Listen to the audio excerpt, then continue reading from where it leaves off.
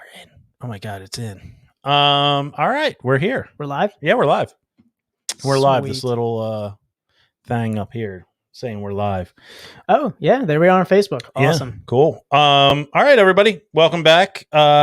Yo, what's up, everybody? What the fuck is up? What the fuck is up, Denny's? I don't know if you've seen that video, Dan, but Oh, I have. what the fuck is up, Denny's? All right. Welcome back, everybody, to the greatest podcast to exist in the history of podcasts. It is the internationally acclaimed, Cindy Crawford approved podcast of hops, high fives, and friendship. I am your host, the crispiest of boys, the all caps the Yep. king of butt rock. Never gets old. It really doesn't. And I am joined, as always, by our other host. Okay, we're gonna roll with this. No, I was gonna say you didn't say your name, Tom. Oh yeah, I'm Tom. There we go. I'm your other host, the Royersford Rattlesnake. Hell yeah, it's Dan. And you ready to play the music?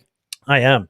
All right, everybody, and we are, as always, we're this one, Dan. I have mixed feelings about it. All right, so. Okay. Let's get into this. We are the best friends podcast in the world. I'm going to hit the music.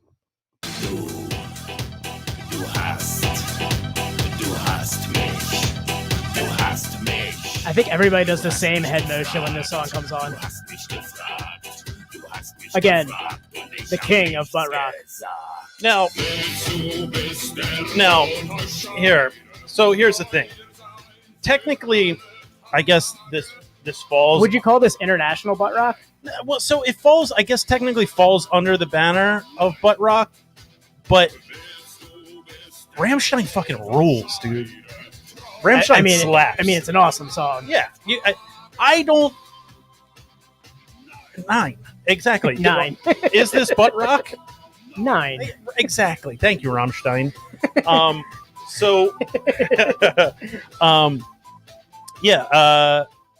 Does it fall under the banner of butt rock? How long can we play it without getting sued? I'm turning it down now. I'm cranking it. I don't know. So I guess the Rammstein technically falls under the banner of butt rock, error, style of music. I think it just came out at a bad time. It fucking slaps, dude. It still holds up. So, Dan, this came to me as most of these songs do anymore. Where via turbo, I get to a point where I'm like, are we butt rocked out? Like, have we reached our butt rock limit? Like, I don't know how much more butt rock there is. And then I think our guest is going to tell us, yes, we have. No, but there's no. What I'm finding is there is no limit to butt rock. Butt rock is limitless. So, I slap on some Sirius XM Turbo, and I'm just, every song comes on, I'm like, man, I forgot about this song. Which I'll tell you later, because I don't want to say it on here now, but there is a brewery I've been to twice now. That has just, I think, has turbo as like the overhead music. It's just all butt rock every time I go in there. You just announced that because I'm going to live there. Oh, well, it's closed for you. Is it? Yeah, I was just there this weekend. Is it? Oh, yeah. Yeah, we'll talk about it. Is it a place where a horse stays in a number? Yeah. Oh. I believe I was. I just get. We can see our guest in the green. Just get disappointed in that. Oh man, the smile on his face. But I think it is. Oh man, I think it's Sirius Turbo.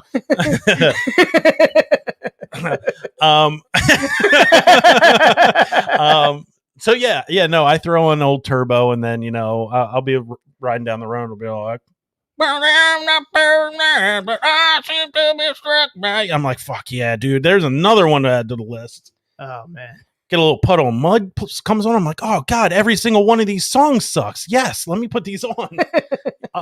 So inspiration every time. Yeah, it's just they are they are my they're my who is the who did Selma Hayek play in Dogma? She was inspiration. Serendipity? Maybe. Was it Serendipity? I think that was it. I think that was.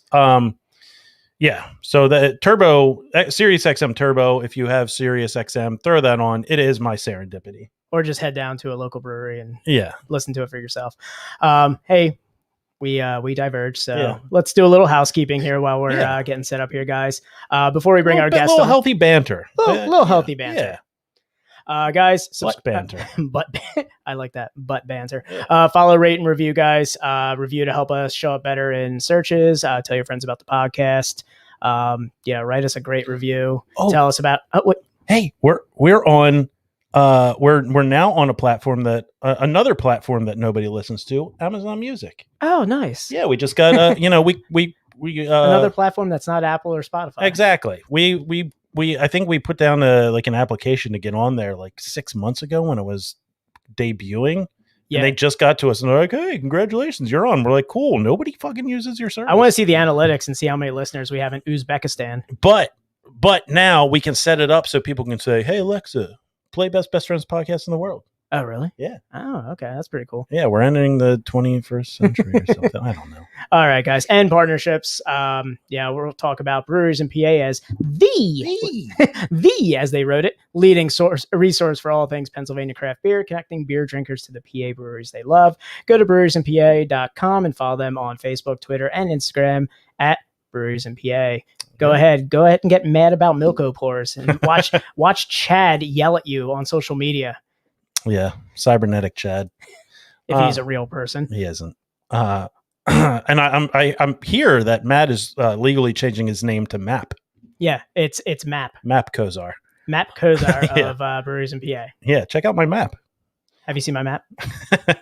All right, everybody. And remember, we are still a part of the Hopped Up Network. The Hopped Up Network is a group of independent beer podcasts.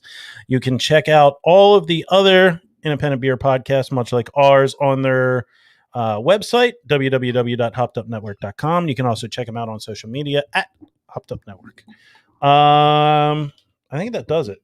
5-star party? Did we talk about 5-star party? 5-star parties? Oh, yeah, that's the rating. 5-star party. All right, everybody. Let's get our guests on here. Returning guest, another guest that is going to be at the Four Local Beer Fest remix. And we never put the air horn on the soundboard every time we talk about it. I know. I need to find a good sounding air horn. He's going to be at the Beer Fest. Returning guest. Maybe the only larger POD enthusiast than us. Yeah. I mean, I've never seen somebody more of a POD fan than. I'm pretty sure he has Sonny's name, his autograph tattooed on his arm. I think he does too. Yeah. So he is the owner of Broken Goblet Brewing Company in Bensalem, Pennsylvania. Bensalem? Yeah, and Andalusia. Yeah, I was gonna say Andalusia. Pennsylvania. It's Mike Locke from Broken Goblet. All right, let's bring him on. There he is. There's Mike. Look at him. Where's your POD gear? In the trash where it belongs. You said you were wearing the t-shirt tonight. Uh-huh. All right. Hey, listen, here's the thing about butt rock in a brewery. Okay. Let's just jump right into it. Yes, please. It's comfort food for a brewery to have music like that on. What because a analogy. Because it's just edgy enough to sound like you are cool.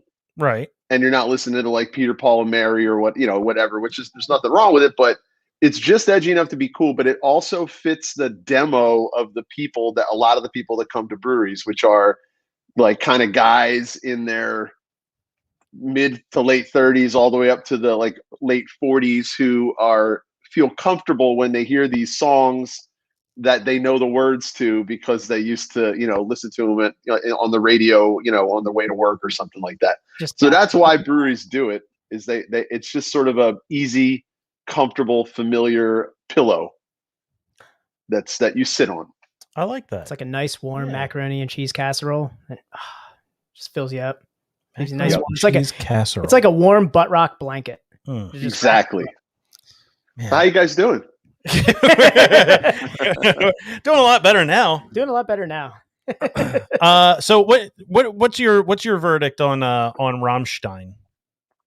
I think Rammstein's, I think they slap. I think they have one of the best live performances that you will ever see in your lifetime. Oh yeah. I know they spend $1 gajillion on it. But I feel like for what they are, I mean, in that type of like grindy sort of rhythmically same music is huge OUS. So for a non-American audience, Rammstein's probably it's great.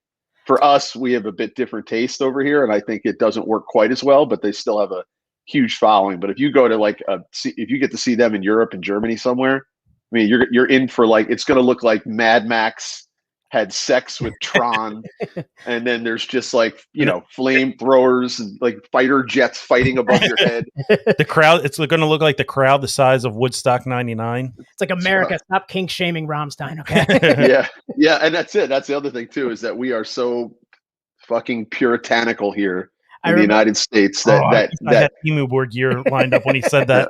we can't deal with like, big and fucking ceramic cocks on stage that these guys are that they're singing around and stuff. So it again, another reason why OUS gets it a little bit better than we do. I remember seeing video footage of him with like a giant like flame throwing cod piece on, just spraying flames out of it, just with pelvic thrust.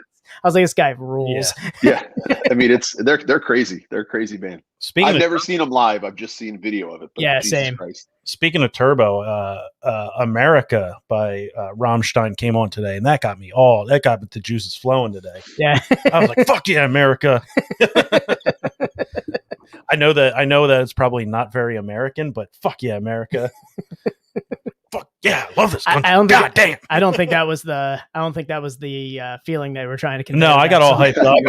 Slapped a Salt Life sticker on the back of my car. Oh man.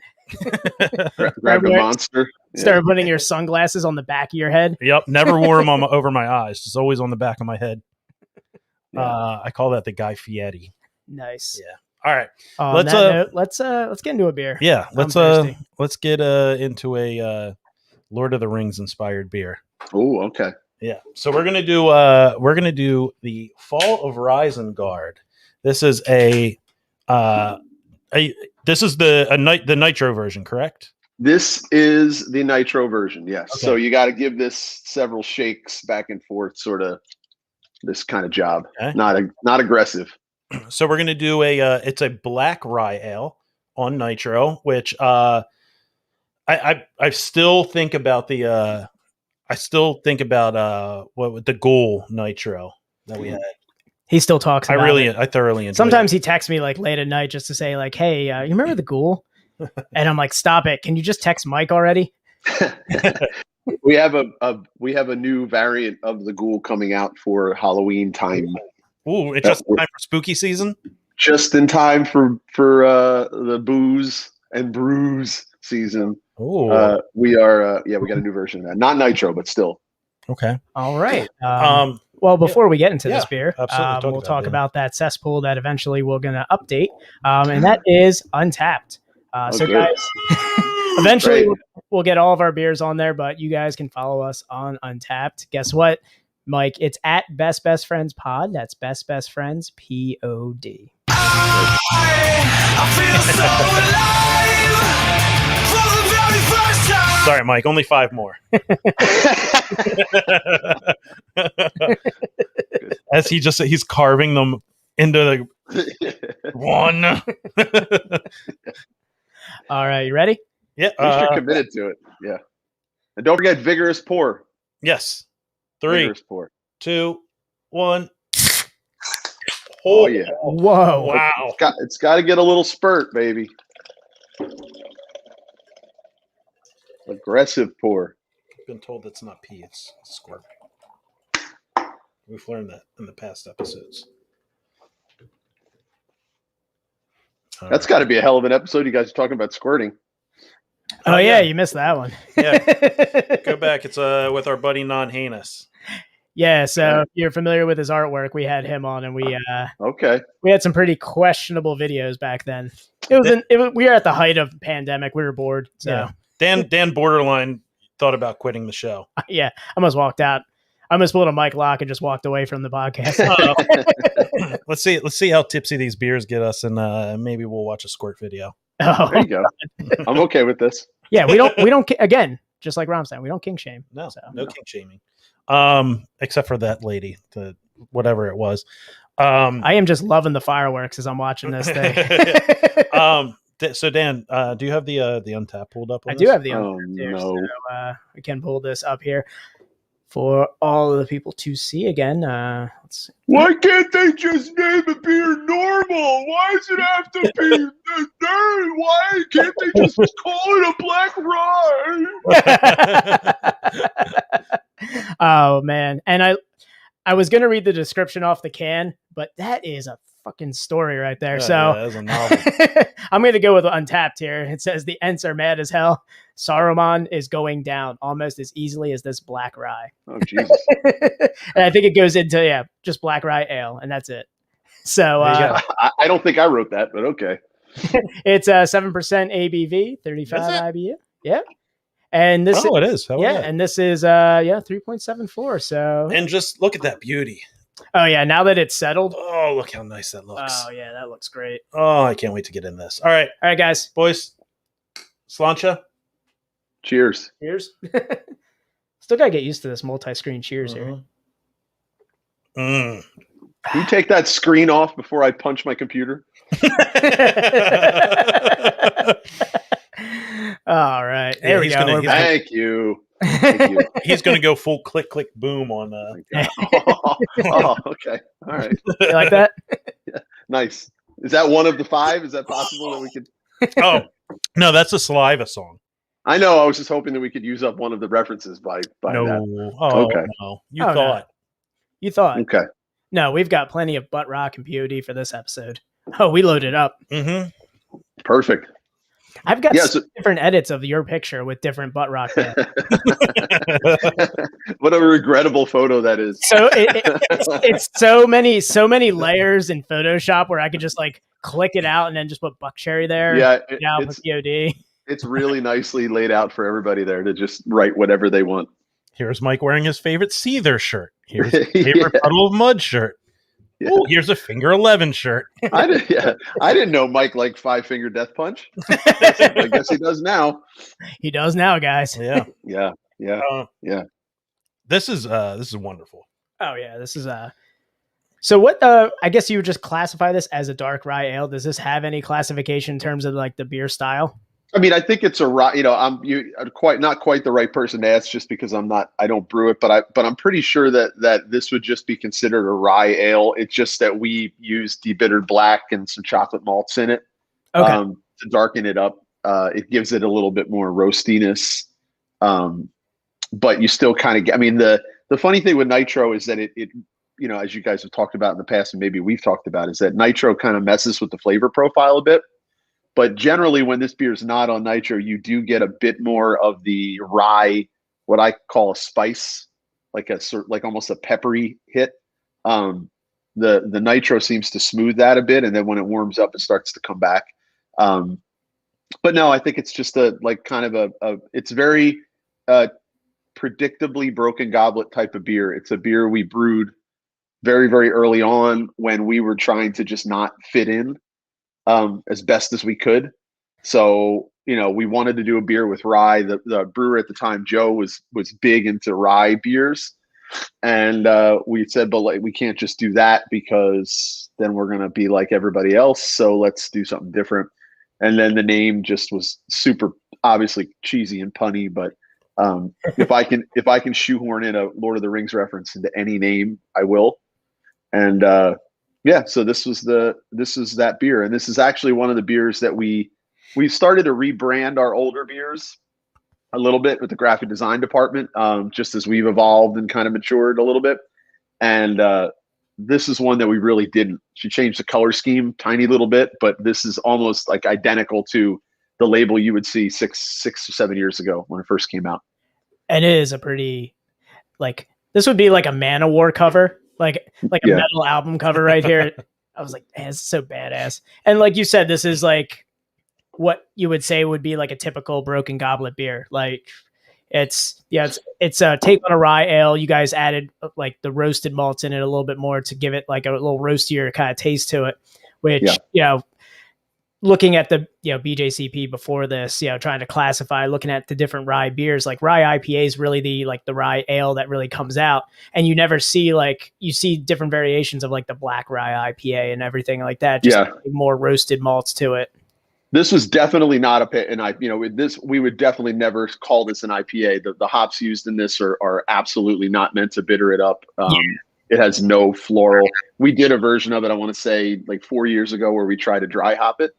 And I mean, it was okay, but it tasted like almost like this, which is it tasted like a dry hop porter, which is not great. Right. It's kind of a beer that doesn't really need that dry hop. No.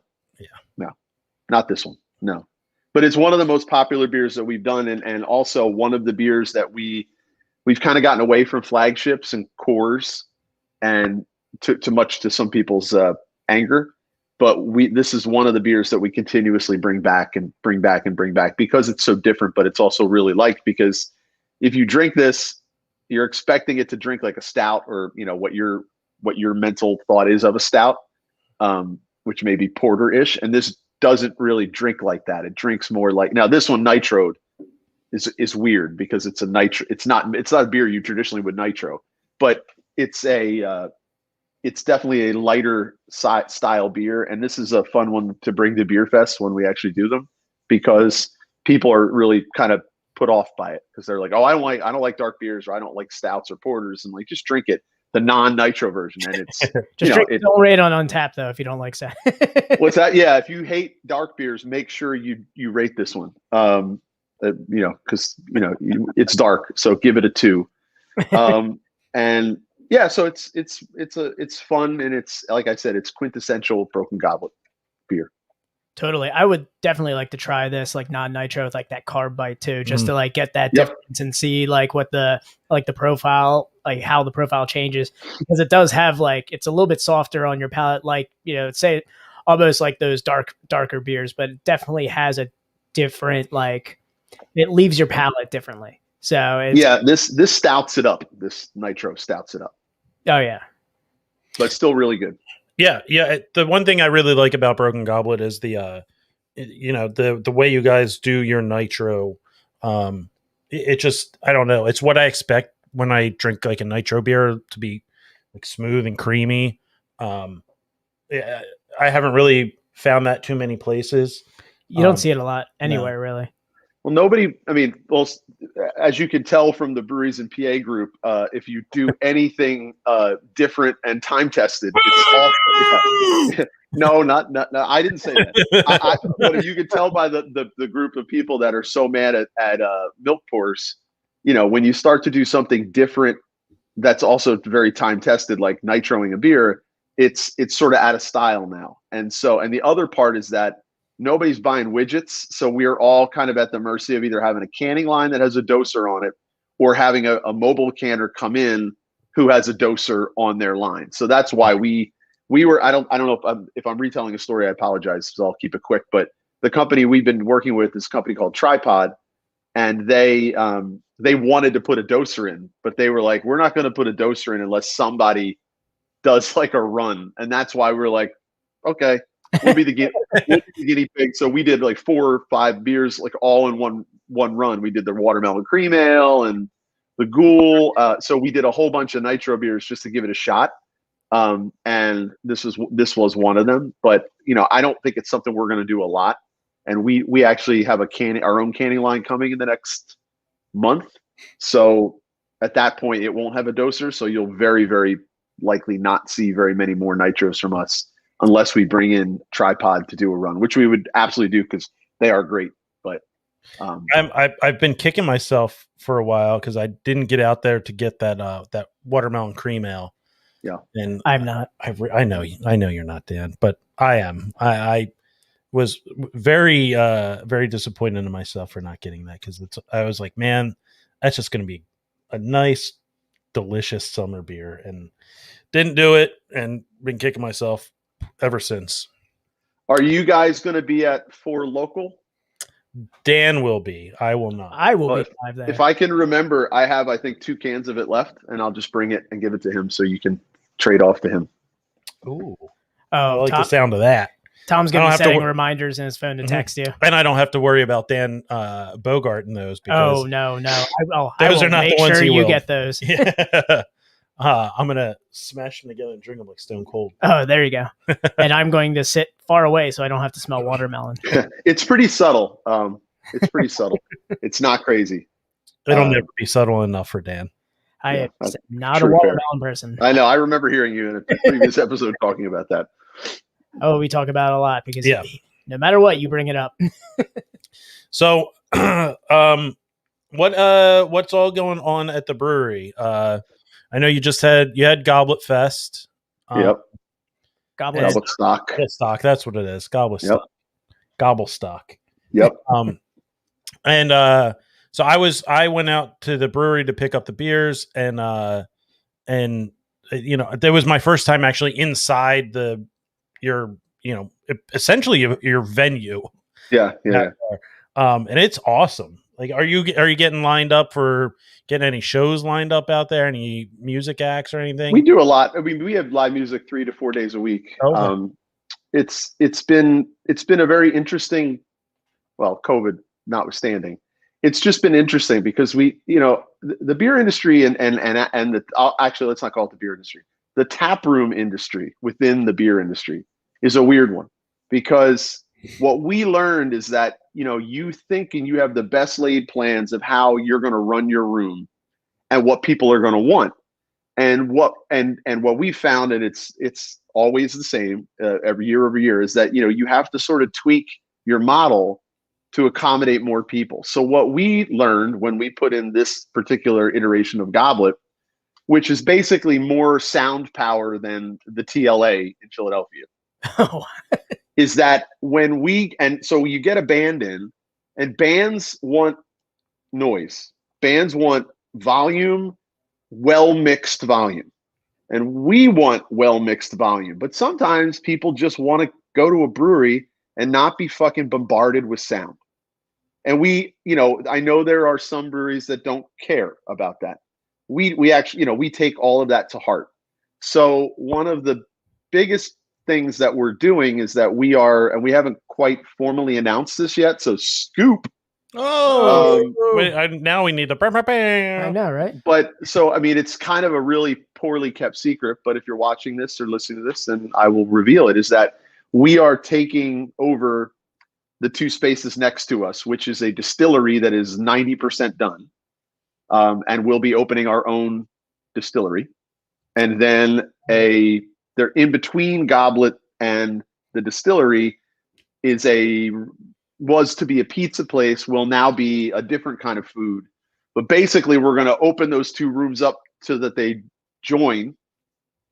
And then on one side, I'll have the distillery. But the reason why we're doing this mostly is because we can then really start hard on the bands in the other room. And if you come to Goblet and you don't want to be bombarded with sound, you walk through out our tap room door, through our brewery, which we have a bar in front of the brewery as well. It's kind of a corral with a railing, what we call the BMX bar. If you were in there, you saw the BMXs on the wall. You walk through there, there'll be a bar there, but then you can walk into the next space and it's quiet and you're not getting bombarded with music, and you can sit down in a booth with your friends and still have a bar over there, and soon to be custom spirits as well that are being made, and that's where the food will be as well. So that's kind of the evolution of Goblet. I think it's going to it'll probably be Goblet 4.0, because this has been 3.0. So it'll be Goblet 4.0, and we're really excited about that, because what that allows us to do is, we get 30 to 40 messages a week for band bookings. So, and some of them are, large national, and global, strong word, but really big bands. And we need to sell tickets because we're not, 99.9% of what we do is free. We eat the cost of the guarantee because we know people are going to come in and pack the room, and they're going to buy beer, and it's all going to it's going to work out. But when a band comes in and they want $14,000 or $22,000 to play, we got to sell tickets. So once we got that other space open, now we can sell tickets to our heart content. You show up at Broken Goblet, I don't want to pay $22.50 to come in and see this band. Oh, no worries, just go right over there. It's a full bar. The kitchen's over there as well. There's, it's quieter, and there's no live music going on over there, and you don't have to pay to get in. Are you sure you don't want to come in? Because there's Giant Penis going to be going on. Yes, yeah. Here first. Rammstein's playing. Yeah. So that's kind of the evolution of what's happening right now. So actually, as we sit and talk right now, the floors are being redone, which is my white whale in the place. And then we're waiting to sign one piece of paper, and then we're going to start the floors over there in those spots. And then we have a little bit more that I can't reveal on this podcast, but we have one more very disruptive thing that's going to happen over by us that is going to be, without sounding like I'm not trying to be cocky about it. I'm not, but it's a very disruptive thing that's about to occur in the industry, what we're about to do. Oh, you guys are industry disruptors. Listen, man, we are making a claim that I hear on every Shark Tank pitch that I ever hear. Well, see, I come from corporate, like I'm corporate America. Like I have a corporate day job, and I've been in healthcare for almost 20 years now. So 21 years actually. So it's hard for me to not say that. But one of the things that I talked about in brewing 5 years ago, I was on some show with a friend of mine named Taryn Nurin, who's is a really, really awesome writer in Jersey, beer journalist. She just came out with a book called, I believe, The Woman's Place is in a Brew House. It's all about women in brewing. Really great advocate for women in the brew house and just in breweries in general. But anyway, and I was on the show, and she was like, what do you think the next phase of brewing is going to be? And I started talking about this thing that we're about to announce. And if I could have heard people listening groaning, I would have, because they're like, no, it's not going to, none of this is going to happen. Well, it is happening. It's just people aren't seeing that it's happening. And one of the ways to categorize this is very disruptive. Breweries are being disruptive because there's too many of us. There's too many breweries, and there's no real way to separate. There isn't, unless you want to make a fucking another hazy IPA that tastes just like everybody else's, which is cool. But don't get, if I have to read one more person be like, some people are, local breweries are just brewing bad beer, and, they're surviving because of sentimentality. If that might have been the case 3 years ago, but that ain't the case now, because there's too many of us. You got too many options. So you got to do stuff to get people in the door. And it can't always be beer. Guys, hear me out. Yes. Beer. Yes. Smoothie. In one conglomeration. Tom. It's already happened. You're not talking about souring it too, are you? So that hadn't occurred to me, but I like where your head's at. I like the direction you're heading. I would imagine kettle souring it. Yeah. Would you might not be ready for this, but your kids are going to love it. It's a very explosive idea. I'll say that. No, it's just being disruptive is you got to be able to make good beer. I don't mean to I'm not trying to say that you make shitty beer, but have music and therefore you win. It's just you need to do something to be. You need to do something to try to have longevity in this industry, I think, and that means you have to do some disruptive stuff. And disruption could be making sour smoothies. Disruption was Tired Hands coming up with with Omnipolo coming up with these milkshake IPAs. Like, that was disruptive. So, yeah. And maybe disruptive now is pouring check side pulls, and having it just blow up on the Breweries and PA group. And Chad or Matt posted about how they posted something like, tell us how we changed the industry without telling us. They're right, because they have gone so hard in the paint on the milk pours. Now you've got your warring factions getting ready for their wall of death. See what I'm doing there? They're getting ready for their wall of death, which is like, everybody likes this, so I have to hate it. And then which are the same people that are only drinking New England IPAs. You know, it's hard to ascertain who's deciding that they are on which side, but it is a trip as a brewery owner. And I just, you know, we just did 14th at Goblet, so we had like 20 brewery owners and reps there, and we were all just bullshitting while we were shotgunning Genesee cream ale. Everybody, okay, because that's what we drink, and all 20 of us. And we were talking about like how these trends are funny because people get so mad, and it's like we just want to have fun. Oh man, hold on. We had a little comment come in. Hold on. I have some. Well, actually, let's talk about Farkas Farm. Oh no, Scott Farkas over here. Yeah, I'm representing Scott Farkas over there. Warwick Farm Brewing, Broken Goblet Milk Pour Milkshake Hazy IPA. It's good. That's the disruptor. I have to show this, so I'm going to do a screen share of what I've been seeing in the Brewers and PA group. That is, I will say, hilarious. With these response to the Milko pours is people like this right here. Wait, if we could get just yeah. There we go. So the people who are just putting milk out there. Yeah. So, well, I figured I'd give it a try. Seems to be the popular thing nowadays. Produced in Lancaster County. I believe the ABV is 0.0. Outdoor seating is available in a play area for the kids. They have a chocolate one and a seasonal strawberry milkshake one too. All right. If there was a dog in that picture, that would have been the trifecta. Bravo. I saw these coming up this weekend, and oh man, bravo! Hilarious. That is some fine.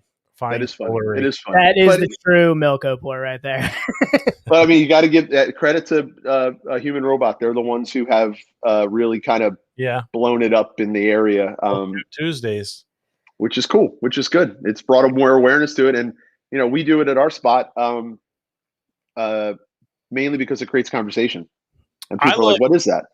I love the the people that are like, oh, this is just a fad. It'll never catch on. It's like, well, 300 years. Yeah. How do you know anything about history? Because you might want to go look that up. It'll never catch on. Just like that pesky black and tan. Who does that?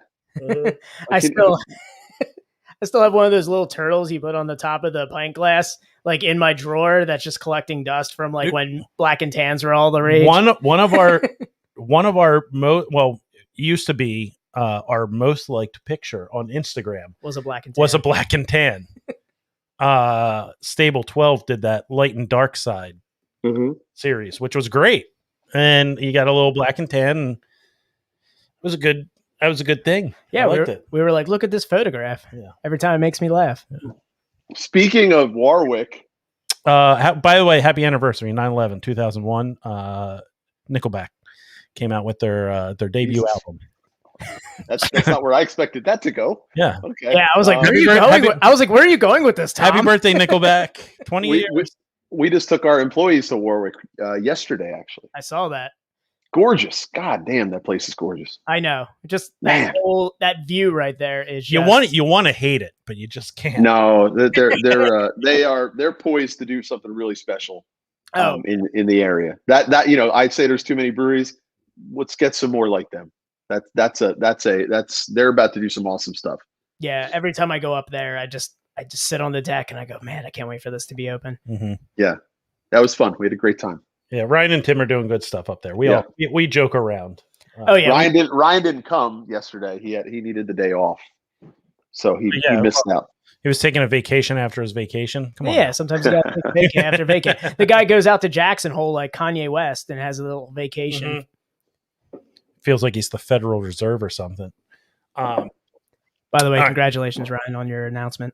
Yeah, correct. Yeah, may you bear a strong and hardy son. Yep. Middle name Citra. Mm-hmm. I hope it's a girl. middle name Citra. I want him to live my pain of raising girls and just praying that they don't meet any guys like I used to be in high school and college. Oh God! Oh my God!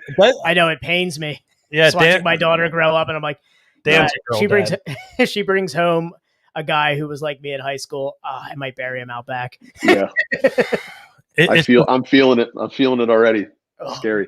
You knew all those girls in high school. They're like, my dad's so tight. He's such a tight ass. Like he's so overprotective. And then now you're like a dad. You're like, yeah, because we knew the scuzzballs that we were and that we hung out with. We knew what our intentions were. Yeah. When we were like, dude, why is your dad such a dick? Now we're like, oh my God, we're the dick. I'm the dick now. I'm the dick. I'm supposed to be the dick. Yeah. That's I'm glad that I'm not in that situation. Not yet. There's Not still yet. time. There's still time. That you know of. We did put up odds for the name of the child. I'm gonna bring that up. I think what was it between Citra, Sabro, and Brew One? Well, we had the early favorite was Brew One at 5-1, Sabro at 7-1. Surprisingly, Citra was pulling in third at 10-1, and then the real dark horse is Azaka at 50-1. And then you got 586. 586 is that's the real long shot. That's 500-1 odds, folks. I think the real long shot should be lactose for Ryan. Well, that's the horse that's limping to the gate. Yeah. Did you see the bringing out the tents? Did you see the photo shoot that he had? It was really nice. Which one? The photo shoot for his announcement here. Hold on, I'll bring it up. It was. I saw a very nice picture. Oh, that's. I mean, look how beautiful that is. His wife should. I hope she punches you square in the face next time she sees you. He wasn't on Instagram at the time I made this, so I couldn't tag her. But then she friended us immediately, and then she friended us immediately after we put this up. I'm a little scared. So I think she's on the joke. So I mean, that is funny. This one was funny. Good. Don't get me wrong. This one was good. There was others. So that was their first choice for the photo. This was kind of a runner-up. So let me just get this one pulled up here. Please let it be a bucket of lactose. Please let it be a bucket of lactose. God, I wish I could have found lactose, but just a bag of Jet Puff marshmallows. Oh man, that would have been even better. Ugh. So obviously we had this one here too. Oh. I think the Citra was the better one there. I think so. Yeah, I think the bag of hops. It's great. Now we know why Ryan's been trying to lose weight so much. I know he's been on this kick that he's got to stop drinking so much beer. I was like, dude, it's hard, man. When you're at the brewery a lot, it's really hard. I can attest. I can only imagine. All right, so Dan, final thoughts. Rising Guard was awesome. Yeah, it rolled. Just thank you guys. Perfect rye taste on the palate. Nice and soft with the nitro.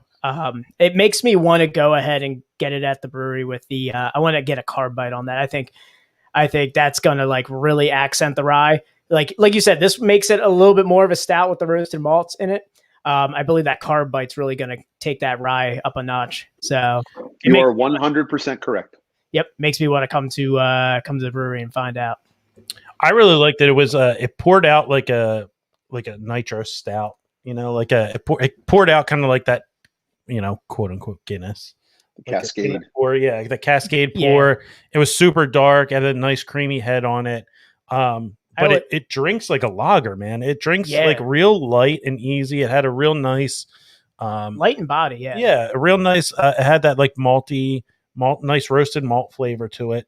I agree. I would like to try it carbed up. I think that will add a different element to it. I'd like to taste it in its truest form. Yeah, it's definitely an experience with the nitro, and like anything that's like hand pumped or nitro. I always like to pour it out and then just watch the fireworks, just like as it like sits there and shimmers and everything goes up. Yeah, it's always so nice to do.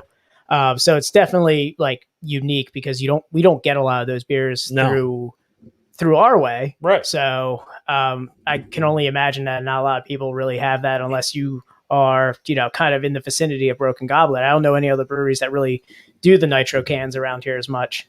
Yeah, Vault does by us. Vault has their own line, and they were the OG company that had the doser on the line. Like when they did it, which I want to say was like 4 years ago, it was a big deal. People were like, "What is this? What what does it do?"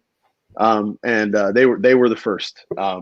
So that's awesome. I think they bought it. They bought it when CBC was in Philadelphia. So whatever year that was, but their canning line was sitting at CBC, and you were watching. They had it running without the beers, so you'd watch it, and then the nitro dose, it just drops like a little tiny little, a 1 microliter of liquid nitrogen into each can. And so that's why you have to shake it to disperse. It's crazy. Yeah, that's pretty awesome. Yeah, that's really cool. Yeah. We gotta reach back out to Chris and have him on. Yeah, we definitely have to get Volt on there. What was that, Yardley? Yardley, yeah. Yep, Yardley. Yeah, I have an interesting story about them, but that's for another day. He's a skateboarder too. Yeah, he is. Let's get dark. Let's get real dark. Yeah, let's get Norwegian death metal here. We need some. I don't even know any good. I'm so far out of the game in metal. I know. I only own one metal shirt anymore. It's my Sepultura shirt, and I hold it as my coveted only metal shirt I still own. All right, and that can't be a reissue. Oh, it is a reissue, but it's a reissue from. I had to order it from Greece. Okay. Yeah, you don't see a lot of them around here. Yeah, you had to. It's crossed many borders to get here. Yeah, they don't sell them at a whatever, not Hot Topic. I don't even think you can get a Sepultura at Hot Topics anymore, if there even is Hot Topic. Oh no, I think you have a better chance of getting a Nickelback shirt there. It's true. Not even coming out of their native Brazil. Or is that Soulfly? No, that's both. Oh, yeah, okay, cool. I mean, I still retain some memory of that. Yeah, they're era. Apparently like Central America and South America, metal's just strong out there. Huge in South America. Yeah, South America is metal's the number one genre. Metal is huge everywhere. Metal is the greatest genre of music ever. Because metal is transcendent across continental divides, across ages, across sexes. Yep. It doesn't matter. And everybody that plays it has probably more talent collectively and aggregately than any other genre of music. Across the South Town where the kids don't play? Oh. Anywhere. Anywhere. All right, let's crack this beer, and then we'll get into some metal here. Well, what are we drinking there, Tom? We are drinking Worlds Coming Down by Broken Goblet. Surprise. It's a dark lager coming in at 5.2% ABV. Yeah, so dark style lager featuring driest notes from the dark roasted malt that complements the crispness of a lager. Also didn't write that. Where are you reading this on Untappd? Yeah. Who's writing this? Oh, by the way, guys, you can follow us on our Untappd at Best Friends Pod. That's Best Friends POD.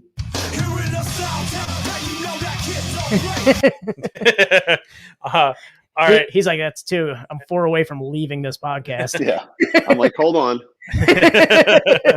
2. Okay. All right, we're going to crack this, and I'm going to be cracking my favorite style of can, the Crowler. Yeah, we didn't. This is not a canned beer, or not the one that we canned. All right. Daniel. 1, 2, 3. All right. God, that thing just sounded like it was cracking a vault. A little callback. Yeah. Well, can you name the band reference for this beer name?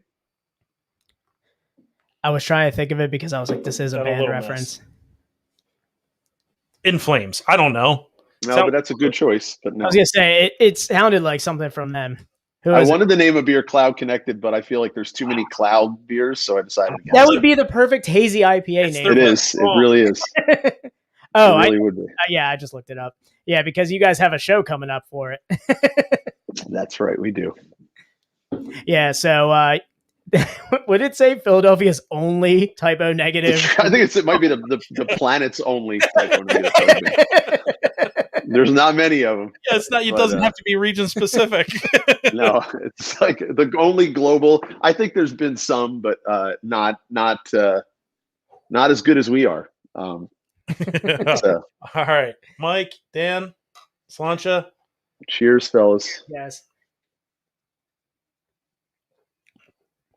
I don't have it because I got drunk yesterday and forgot it at the brewery. So I don't have it, but I can taste it in my mind. Well, it looks like the only beer that it looks like the only style of beer that Typo Negative would drink. Yeah, it drinks so clean, but it's as dark as the black thong underwear that Pete Steele is wearing. Even now, he's still wearing it. Still wearing them as he was buried in them. Yes. God rest his soul.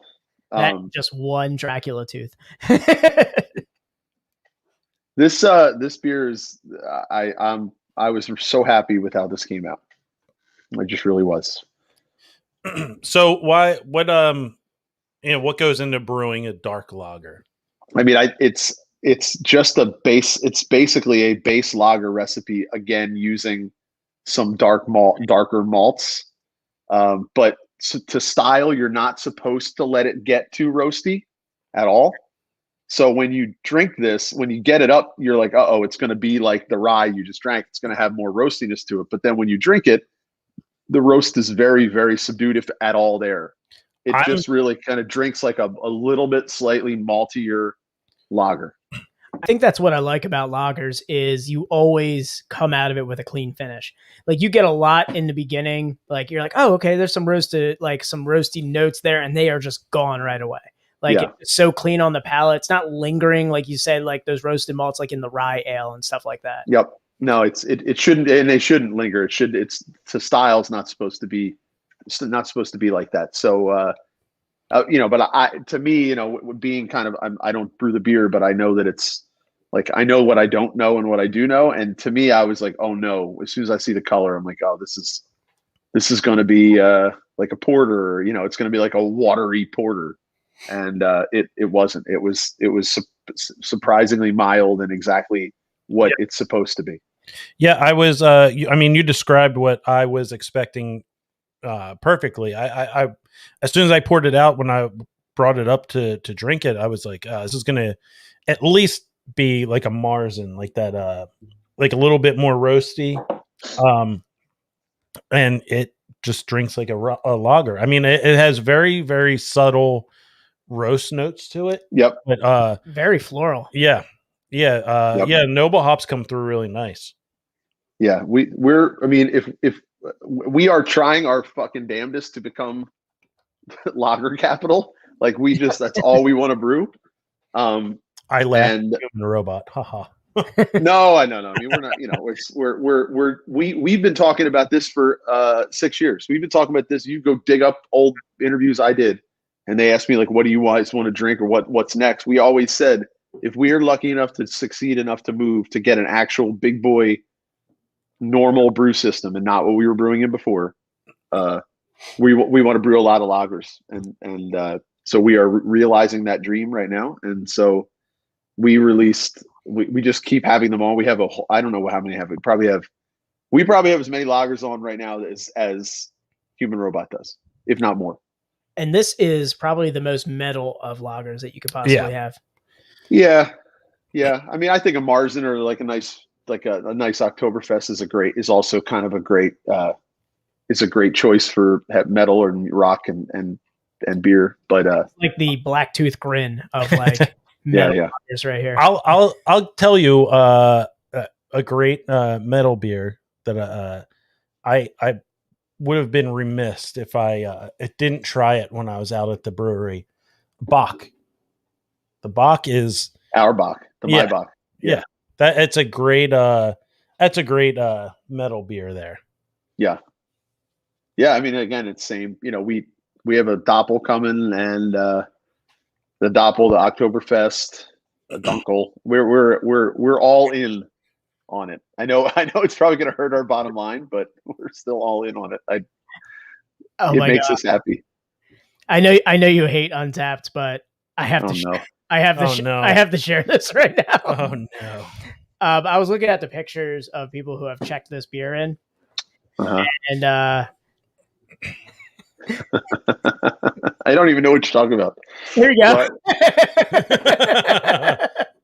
This is one of the pictures. What is that? I think it's a Care. It's a Care Bear. Did they rate the beer? I don't think they did. Good on you. Good on you. Does that mean that's that bad? Is that good? I don't know. Do you know who Mr. R is? He had it on draft. I'm gonna be dead honest with you. I might know who that is. He had it. He had it on draft at Broken Goblet when he rated this. I got to take a picture of this. Wait, this was yesterday. Yeah, we were close. That's cool. Mr. R. Maybe there's no and just forgot to check it in. Because well, I know somebody who has a clothing. What is that? Oh, this is definitely not my guys. Yeah, okay. This is Mr. R, whose name is Death for Tugasm. Oh, wait a minute. Okay, I do know who that is. Okay, I do know who that is. He's a friend. That's hilarious. His picture though that he posted for the rating was pretty awesome. I okay, all right. That's probably okay actually. He may. I don't know if we're talking about quite the same person, but he probably didn't want to rate it because he knows that he doesn't want me. I don't want him to rate it. He's doing the Lord's work right there. But Death 42 Gasm is somebody that I do know, and he's a friend. So or they are a friend, I should say. Well, Dan, I have to say, I think we went into this episode saying like this was going to be we're just going to be talking about metal. This is the fastest hour of podcasting. We've already been in an hour. It's an hour. Yeah, we're at an hour basically. Is that a good thing or a bad? That's a good thing. That's a great thing. No, so this is what happens when nothing wrong happens. Yeah. Knock on wood. Nothing bad has happened, and everything has just been flowing perfectly. Yeah. Well, I'm a gem of a guest. I just want you to understand. I know. I mean, when we get another POD fan on the podcast, it's we're like the tripod of POD fans. All right. So with that, Dan, perfect segue. Oh yeah. So we didn't know last episode if we showed you this, but we did not. We did not, because I remember saying after the episode, God damn it, we didn't show him this. Yeah. So we know how much of a POD fan you are.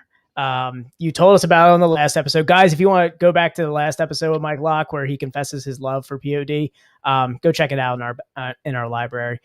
But we had a little thing over the holidays. Yeah. Tom surprised me with a little Christmas present for the podcast here. Yeah, and, I'm still waiting on my Christmas present. Don't worry, don't guys. worry. It's in the basement. It's collecting a lot of dust.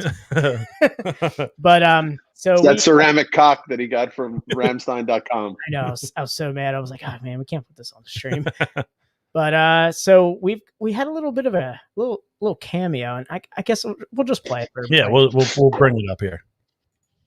Hey, what's up? This is Sonny from the band POD, and I wanted to congratulate Dan and Tom from the Best Friends podcast in the world for celebrating their 1-year anniversary of their podcast. Congratulations, man. I hear you guys are doing awesome things. I wish you guys nothing but the best, man. Thanks for being fun. Thanks for having a blast. Thanks for rocking with the best and playing POD, man. I appreciate you guys so much. And yes, hit me up somehow, some way. Let's find a way to get on your show. I would love to hang out and talk with you guys on your podcast. So from me to you, much love, my friends. God bless you guys. Peace. Yeah. So, yeah, we did.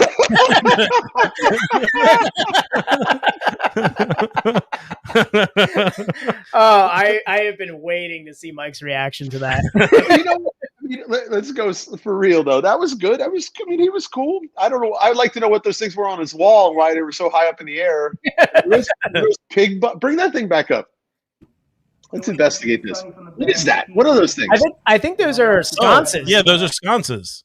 They're sconces. Yeah. Why are they so high in the air? Because I think he's doing this cameo on his couch. He's like, God damn it, I have a cameo I have to do before Christmas. Yeah, he's got from the sconce height to the ceiling looks like it's like 1.5 feet. Yeah. I don't know. Maybe his bed's not on a box spring. Maybe he's just sitting on the end of his mattress. I mean, yeah, the San Diego winter is. Look at the San Diego. I'm getting San Diego vibes. I'm getting. But for real though, I mean, that was good. It was to the point. He was nice. He kind of personalized it a bit, and I think you guys should take him up on it. Oh, we did. He didn't respond. Yeah. Well, fuck him then. Liar. It's okay. We got Mike from Broken Goblet. Yeah. Yeah. Yeah, I'm actually tearing up. That's so funny. so I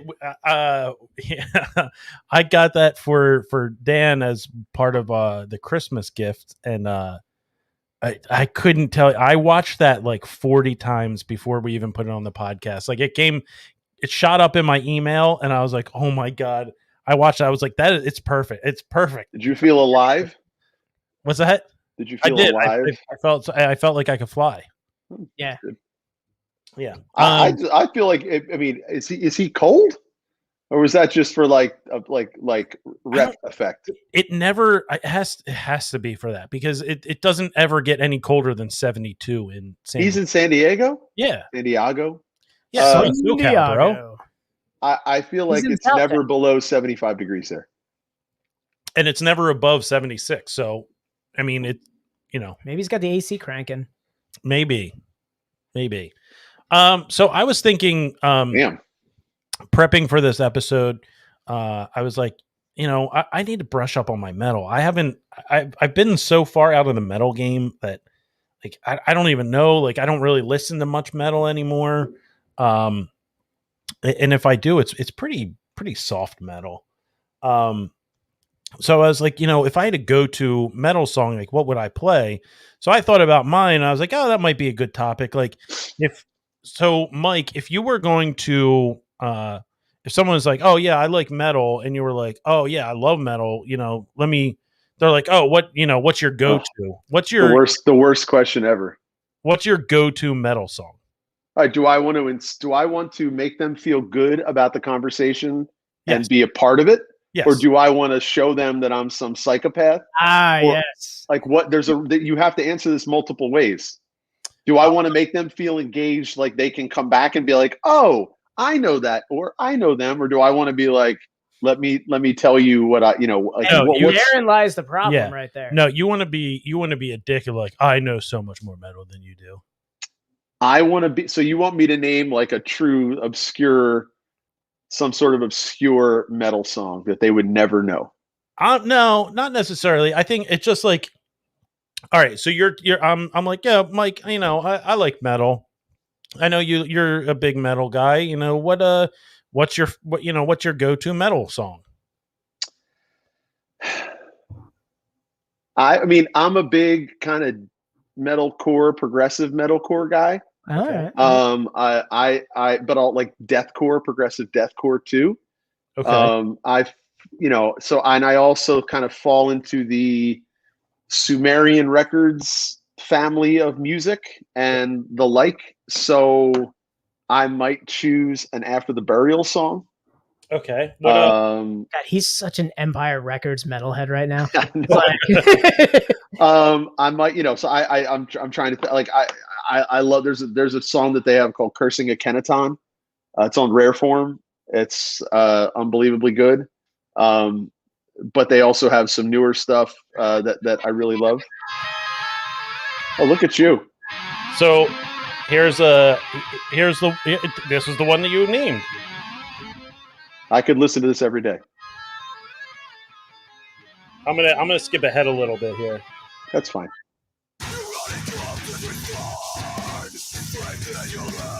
Yeah, this is like that progressive, like Meshuggah metalcore. Yeah. See, this is it. This is a good one. This is one I can listen to. Yeah, I could throw this on in the car and I get it. I could listen to Chaosphere by Meshuggah. Okay. Every day, all day. I can. Yeah. I don't even have to like bother with anything that they're saying and just listen to the pentatonic scale the entire time. I just told this. I won't tell the whole story, but I like Meshuggah changed my musical trajectory for my entire life. That band was a band that I was unfamiliar with. I was in a hardcore band. I taught myself how to play the drums very late in life. I taught myself how to play the drums at like age 19, having never played the drums. What was your Meshuggah song? Chaosphere. Yeah, Chaos. I put on New Millennium Cyanide Christ. New Millennium Cyanide Christ.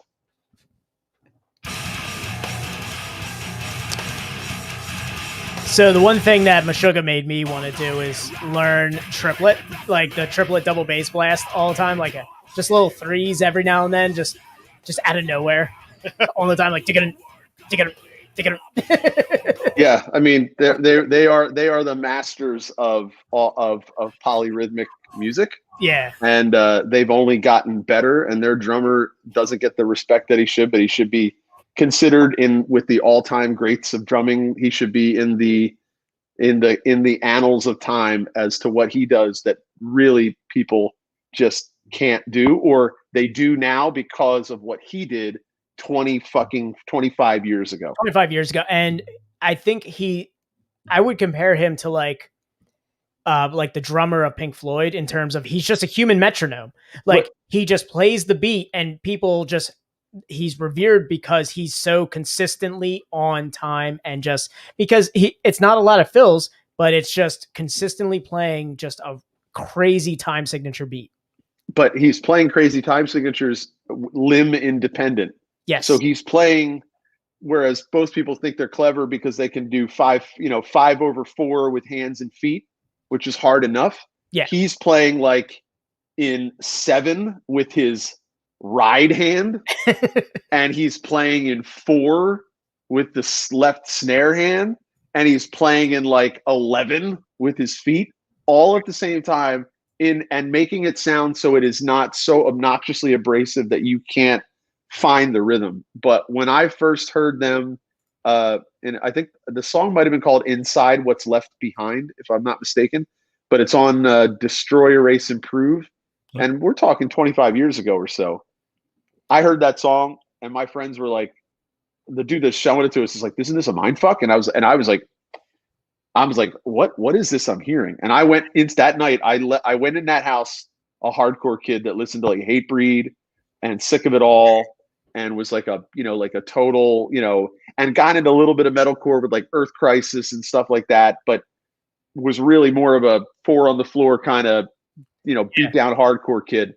And I left that house. All I wanted to learn about was polyrhythms and how to find rhythm within a scale and a time signature. Just and it on your ride and just playing different time signatures. It changed my entire musical trajectory. It changed. Yeah. Like I think I even left the band that I was in very shortly after that because I immediately was like, I'm too cerebral for this, which sounds cocky, but like I could, it's like the toothpaste is out of the tube. I could not ever go back to doing it again. I had to play more complicated music. No, and I got into Dream Theater and stuff like that. So and then I really started to get more into like Yes. Okay, nerd. And Rush and all that, and then it just he's got that frame poster of Asia behind him. I can see it. The what? He's got that frame poster of Asia behind him. I can see it. But right here is Maynard from the best band ever, Tool. It's funny because I heard somebody describe Tool, and for a little precursor, I love Tool. They're one of my favorite bands. But somebody said they compared Tool to Queen, and they said they're 2 bands with 3 amazing musicians and a lead singer that's just some weirdo who loves making metaphors to his penis. Well, that's terribly accurate. Inappropriate to no. I mean, Freddie Mercury was something else. He was a weirdo though, and Maynard's a weirdo. But Maynard's incredibly it's not taking anything away from their talent. They're both incredibly talented vocalists.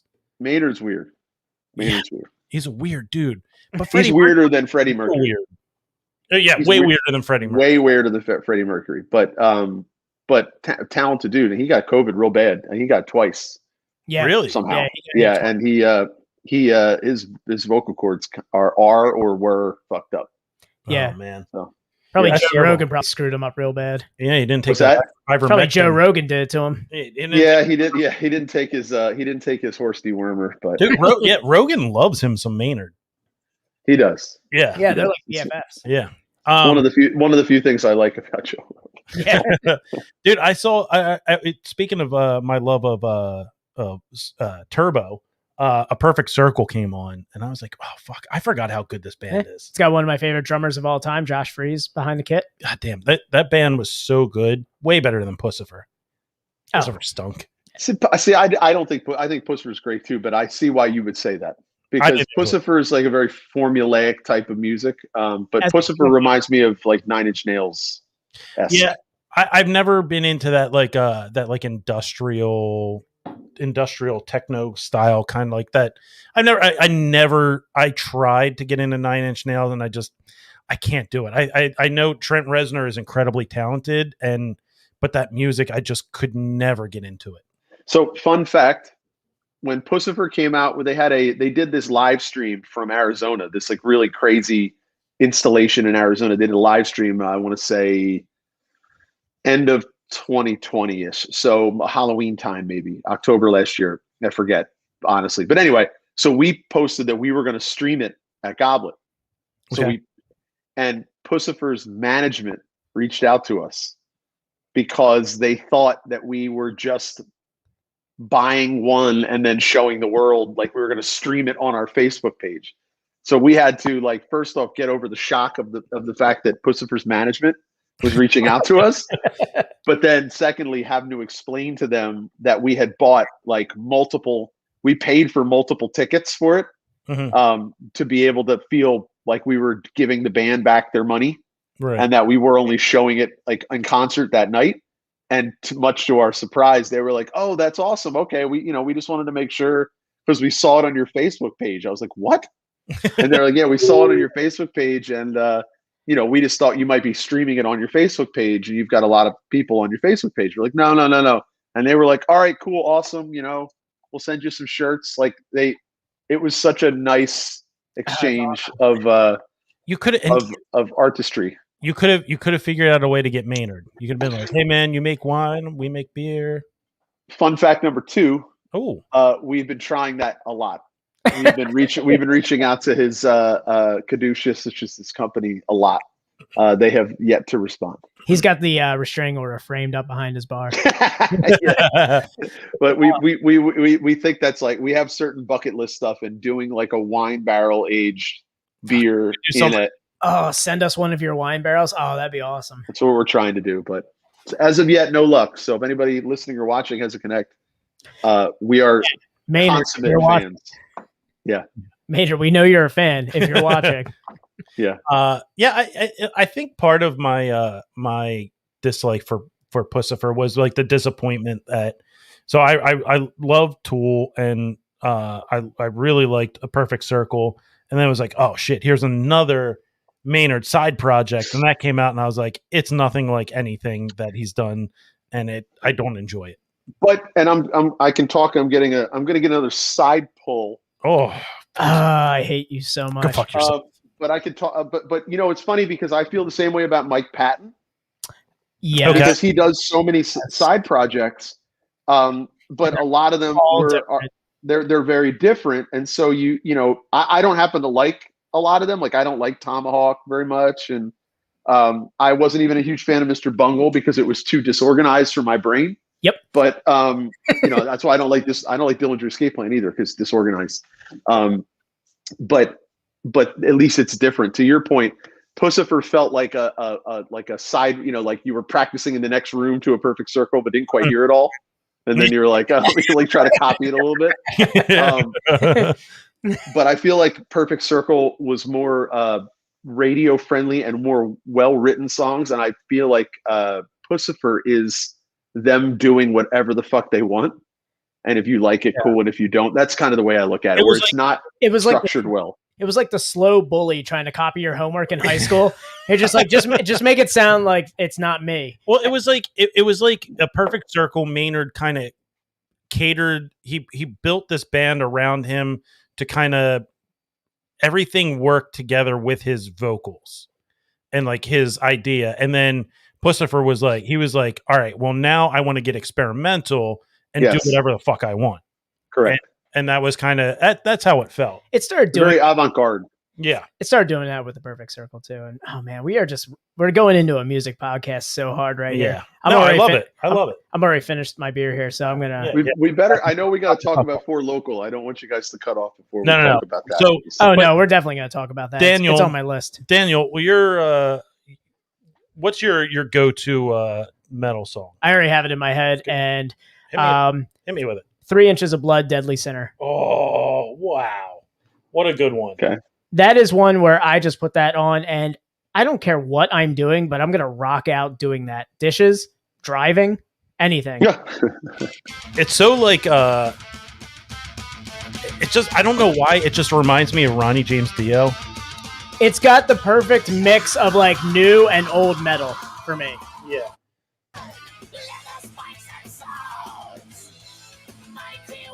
It's got that like... Well, that's why. It's that like, Mighty Warrior. Yeah, it's got that old, but then like you're listening to like it's like the subtle intricacies of something that's a little bit proggy, like in the drums and stuff. Like he's doing so much with the double bass and that in different time signatures, and it's hasn't stopped the same rhythm the entire time. Dude, it's like Priest and very Priest. It's Priest and Rush and I don't even know. Like I would say it's like Priest and Rush with a little kill switch engagement. Yeah. So like it's got that like new kind of like metalcore in there a little bit. Like a lot of guitar squeals. Pinch harmonics, yeah. Just all of those in there, like the metalcore staple. Yeah. Especially for Kill Switch. They were Adam D was the pinch queen. Yeah. Pinch king, pinch queen, whatever. He was the pinch dude. I think he uses both of those pronouns though. I think you're fine. I think you're safe.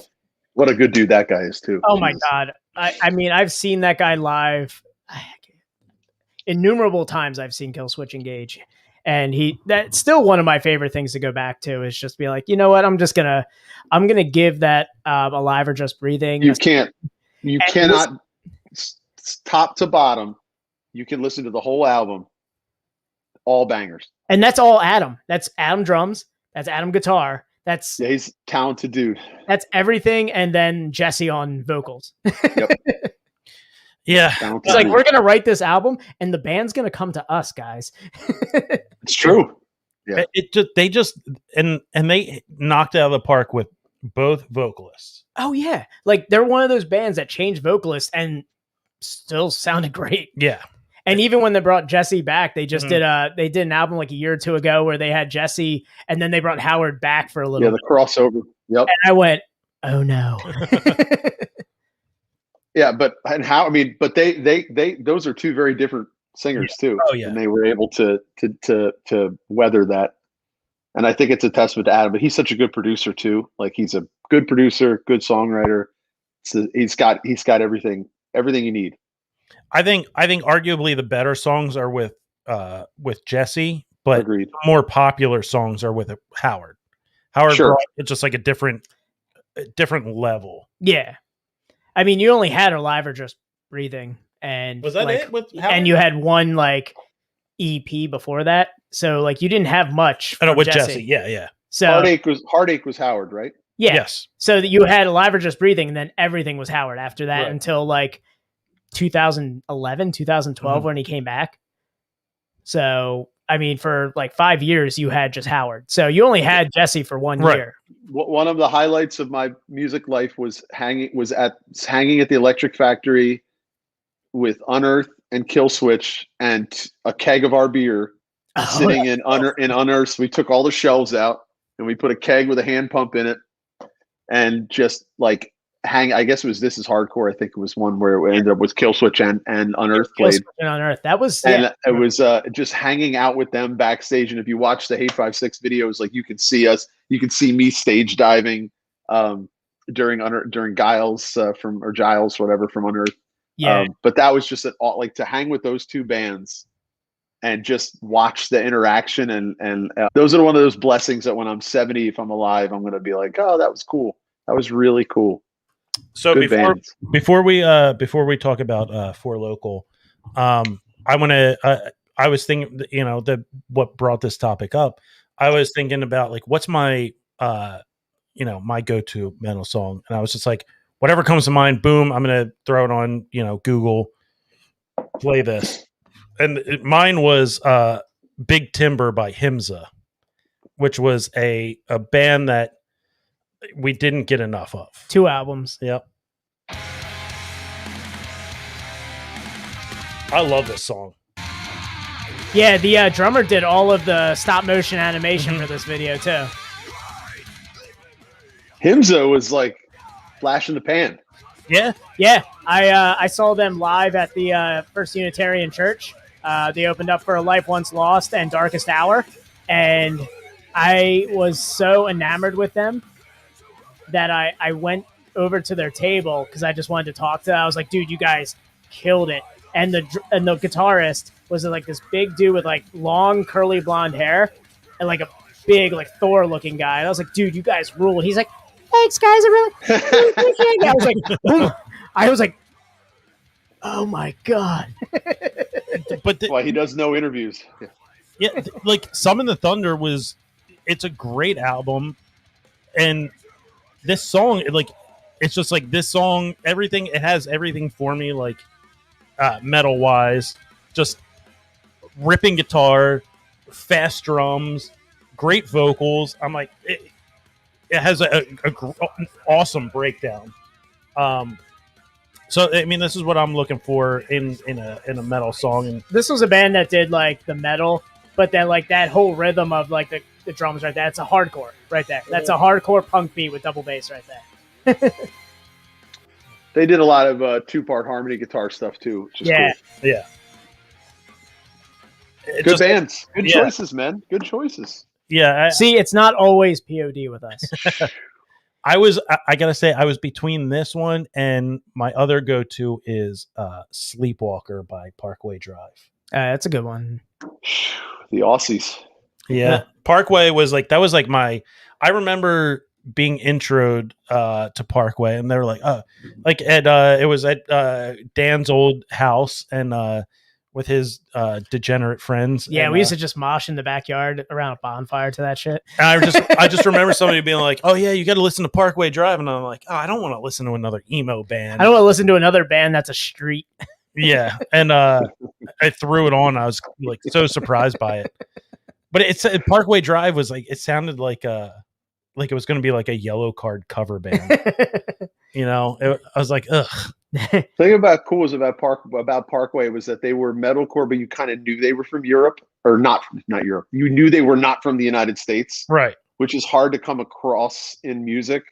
That's not like a little bit more contemporary and progressive, like whoever we were talking about In Flames. Like where In Flames is not from the United States, or you can tell these. Parkway also was doing metalcore that didn't sound like.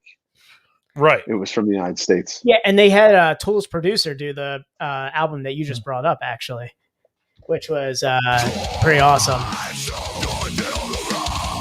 They just have that like. So this is the song that actually they play it like in a certain order, and in the middle of the song reverses, and they play that order backwards to the end.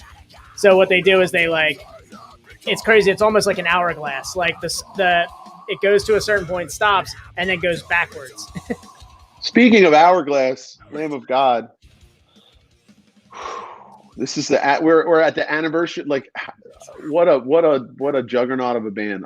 I could have also mentioned them, but I didn't want to be cliche. I know, because we had texted about it. But I can listen to anything up through Sacrament over and over and over and over again. No, and then I could skip the next 2 or 3, and then the new self-titled one, the one that came out last year, is really, really good in my opinion. So I listened to it and I thought it was great, and then someone told me that because I was like, "There's something different about it. It doesn't sound like them." There was something was off, and my buddy goes, "Oh, Chris Adler's not in the band anymore." Yeah, and it was like a record scratch where I went, I was like, "Yep, no. Big deal." Big deal. Yeah, that was a big draw for me. Deal. I mean, you're a drummer, I'm a drummer. Like you can tell when a band changes when they get a new drummer, and it's like it changes the dynamic of a band. The funny thing is that if you listen to the self-titled like if you listen, there's a tune on there called Memento Mori, which is just very Lamb. Yeah. But it's the drummer's name that you're talking about is this guy named Art. I forget his last name. Arthur is his first name. He is you could tell that on this album the label was probably like everything needs to sound like Chris Adler. The fills, the placement of the cymbal within your hands on a fill. So when you listen to the self-titled, to me it sounds like Art is trying to be Chris, which to me sonically sounds better than Sturm und Drang and the whatever that other one was that was in there. It just sounds better to me. So yeah, Chris not being in the band is huge, but he was completely done. Yeah, with that band. He just got tired of it. I think he got tired of being typecasted into a certain style. And, I get it. Like you said, like it got up to Sacrament and it was like, okay, guys, what can you do after that? Yeah. And he wanted to do all kinds of different shit. And they were like, nope. Label was like, nope, you're why are you fucking with this? We're playing arenas. And I think he just got tired of it. But the ironic thing is he got tired of it and then I think he played with Megadeth. So it's like, you got tired of arenas, so now you're playing arenas with Megadeth, but I guess it's just a different kind of metal. And he always wanted to play like 200 BPM and higher. Like he really wanted to play tempo stuff. And then he goes, get that with Megadeth. No. So it's weird, but I mean, I don't know the dude at all, but everything I hear about him is that he's a really nice guy. And I know he's a really good producer because he produced my friend's album. This is the Apocalypse is a band. They're no longer, but they were out of Lancaster and he produced one of their albums. He produced their most recent album before they changed names. But good. Really, he's really smart. Knows what he's doing. Let's talk about Four Local real quick before we wrap up because we are up against it. We are up against it. Yeah. This is what happens when everything just flows. I know. Naturally. We need to do another episode with Mike where it's just like, all right, we're drinking beer and here's an hour of metal talk. Yeah, exactly. I'm sorry to everybody listening. This is what we were. No, this is what we intended. Oh no, this is exactly how we knew it was going to happen. So I mean, let's talk a little bit about the Four Local Foundation and the Four Local Beer Fest that they're going to be doing here. So this is a pretty unique setup here, and you were one of the first breweries to sign on immediately upon hearing it. From what I was. Yep.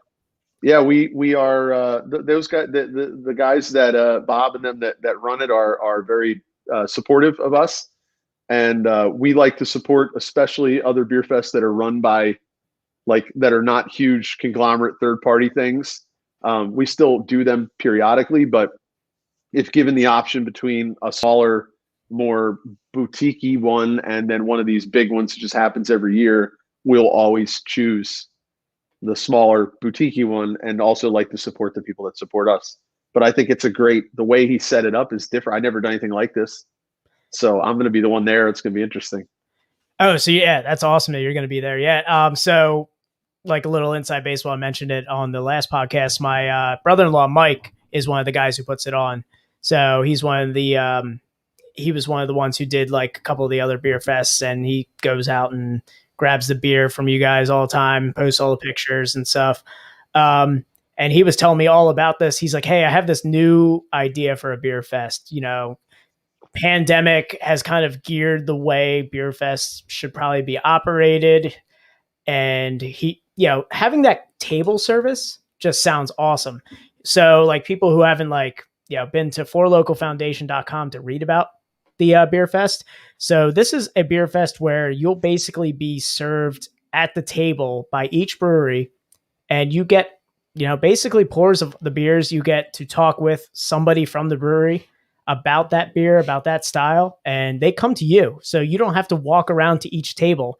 They'll come to you. And the best part is for the breweries is if you like the beer on the way home, you can just grab some beer on the way out. Yeah. Beer's going to be for sale there too. Yeah. I think that's the best part of the whole thing is, I've been to several beer fests and it's like, oh, here's a pour. This is what we're called. We hope to see you at some point. And then you get home, after drinking. Man, I wish I had a 4-pack of that. Yeah. I mean, but you also get home and you're a little lightheaded and you're like, you wake up the next morning, you're like, what's the name of that brewery? their beer was pretty good. And it's like, that's it. This way you take, oh shit, this is. If there was something that you were like totally enamored exactly. by, just grab it on your way out. But also you get a personal level of interaction. So it's not just like you walk up, you're in a line of 20 people or whatever, and you walk up, you get your taste. Like you might spend 10 seconds talking. You might be one of those people that moves over to the side and then tries to chat, but we can't at a beer fest generally, unless you're well staffed, you can't engage with them and answer a lot of questions. This, like, to me, I obviously like to talk and be conversive. So this is going to give me an opportunity to like engage with the tables. I think the thing I'm hesitant about, or not hesitant because I'm not worried about it, but like, you get a table of duds, like what's that conversation going to like? So anybody like Meshuggah? But I don't know what we're, like if you don't have anybody, so it's going to be up, I think up to the people that go to be able to engage folks and also know when to be like, all right, I'm done talking, just enjoy your beers and whatnot. But I'm looking forward to that part the most, is that engagement. Cause you're right. They might at that point be like, that was a pretty cool beer. I really like talking to that guy. I like the story of the beer. I like the story of the brewery. I like this, I like that. I'm going to go buy that beer and I want to go check out what they have at their spot. So I think it's a really cool idea. Yeah, that's what I said, like right off the bat. I was like, you have to do this. Like, because when he pitched it to me, we didn't know what, quote, opening up was going to be like, after the pandemic. Like, what could we not do? Like, and since then he's been able to open up a few more tables, allow more people like to purchase these tables, and it just, like you said, it just gives a nice, like, a little bit more personal experience with the beer. You get to talk to people who represent the brewery and kind of find out a little bit more than just like, here's a tiny pour, have a good day, enjoy, cheers. Yeah, it's very much like the chef's table at a restaurant where the chef comes out and chats with you for a couple minutes. I think it's going to be like that. I hope it is. Oh, it's going to be like Artie Bucco from The Sopranos. Oh, dude, Mike's going to be Artie Bucco from The Sopranos, where he just over talks and people are just like, yeah, this is great. It's a great beer. Of course I'm going to. I'm like, so then you're scaring people away from 2002. I probably will overtalk. So, so the Four Local Beer Fest, the remix is going to be September 18th, which is the Saturday. Is it this Saturday? Yes, this Saturday. This Saturday. Okay. This Saturday, seating starts at 11, I believe. That's correct. As of yesterday, there's only one table left. Okay. Yeah, I thought there was one or two left. Yep. One table left, and it's at Blueprint Brewing. Yep. And it's a great setup. Dan is going to be there. I unfortunately am not going to be there. I gotta find people to talk to. I'm just gonna sit there and go live with a couple people. Mike's gonna be there, so that's gonna fill up some of our time here. It's gonna fill up a good 2.5 hours of metal talk. Yeah, unfortunately, it was there was a scheduling conflict where I cannot be there. Dude, want to talk about scheduling conflict? Newtown Beer Fest is the same day. Oh, speaking of big third party ones, yeah, really. And Free Will has their Lagerfest the same day. There's oh my god, that's in the same town, almost the same. Yeah, so one of us is we're passing on Newtown to be true to what I just said. We're always going to choose more local, especially what happened with Free Will and the hurricane. But so Kate will be at Free Will, pouring the Maibach and pouring our Helles on side pull tap. Whoa. And then we hooked one up to our jockey box, and then I'll be at Four Local. But yeah, so it's scheduling conflicts a lot. That's the most bougie jockey box I've ever seen. Side pull on it. It's the most expensive jockey box. Dude, the side pull tap costs as much as the jockey box does. Yeah, all the copper on the inside too. They're obscenely obscene. So a brewery owner that shall remain named was texting me. He's like, "Yo, where did you get your side pull?" So I sent him the link. Like 20 minutes later, he's like, all caps, "What the fuck?" Like, what period? The period? Fuck period. I was like, what? He's like, why am I paying? Why did you pay so much for one of these? I was like, well, we bought 3, but because we wanted to have. And you have one in your basement. And to be candid, I bought the third one that is in my basement that will then be disconnected to go on the jockey box for any type of lager fest we do, and then I will bring it back to my basement. Well, then because I wanted to have one on. Heroes don't wear capes. This guy donating his own side pool, whereas Brendan tried to donate his side pool at Stickman to the rest of his fellow employees, and then he took it home because he didn't want anyone using it. All right, let's wrap this thing up. Wait, we got somebody came in. Yeah, Steve, I know him well. Pianos with a purpose, baby. Look that up. All right. Pianos with a repurpose. With a repurpose. This guy takes old grand pianos and baby grand and grand pianos that are like thrown away, and he turns them into this unbelievably cool wall art with shell. It kind of mounts them sideways, and it keeps the keys. It's fucking amazing what he does. Steve. I was hoping that was like a dueling piano thing. Like Pianos with a Purpose. It's a dueling piano team. No. He's an artist. Well, so Dan, now that we're back to doing audio with the GarageBand, we could do a bonus time. We could do bonus time. We could do a little bonus time. If you're up to it, Mike, we could do a little bonus time. Bonus time, baby. All right, let's do it. All right, so let's wrap this thing up, and So yeah, we're gonna cut the audio. So yeah, if you're listening to audio listeners, sucks to be you. Yeah. But hey, if you want to catch us on Facebook and Twitch, catch the recap. There's gonna be a little bit more. Guys, follow us obviously on Facebook is Best Friends Pod. That's Best Friends POD. That's 3. Yeah, He's counting. I mean, he remembers. He's got the slashes on his wrist to prove it. Yeah, Twitch. You can follow us. Like we said, if you're not on Twitch, you're not or Facebook Live or YouTube, you're really just you're fucking up. It's just that's all it is. Hop in stream, hop in the chat. We will answer questions for you, and you're missing out on this bonus time. So. Can I plug something real quick before you pick that out? Yeah. Happy Halloween 7 Beer Fest. Tickets go on sale public this coming Friday, depending on when you're listening or whenever, but I believe it is the 17th. They will go on sale. It always sells out every year. We expect it will sell out almost immediately. So if you're listening and you have interest in it, it's at Broken Goblet. It's the coolest Halloween podcast. It's the coolest Halloween. Thank you. The coolest Halloween beer fest you will go to. All local breweries. New Trail and Warwick Farms will be there. So in case anybody really cares. And that band right there is headlining. Yeah, look at that band. Oh shit. Get ready for some droney doom metal, baby. We're going to fill the room with green light and some pillows so you can sleep. But we don't care because it's going to be fucking awesome. So happy Halloween. I'm going to shout out Evanescence covers. Oh, man. Flyleaf. We're never going to hear you because we're just going to be so into our doom world that we're just going to be. So yeah, happy Halloween 7 on sale this Friday, the 17th to the public. Oh, yeah, guys. All right. I was going to say, like, while I'm in here, we'll do the rest of you guys' plugs. Guys, go check out Broken Goblet's website. It's Broken Goblet. We have a new website that'll be up by this Friday. This website's a fucking dumpster fire. So this thing you're showing right now is broken, and the new one will be up this Friday. This is ironic. Yes, my friend Paul is the finishing touches. It will be up this Friday. Hold on. Let me show you the best part about this. We got Mike right here. Yeah, this is the best part of the website right here. So, guys, before this site is taken down, make sure you go to Broken Goblet. Check out Mike's picture on there, guys. Believe me, it's on the new one too. I can't escape it.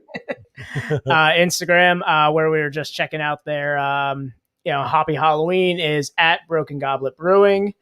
Hey, I love a place that cannot get all of their handles the same, but hey, you guys do you.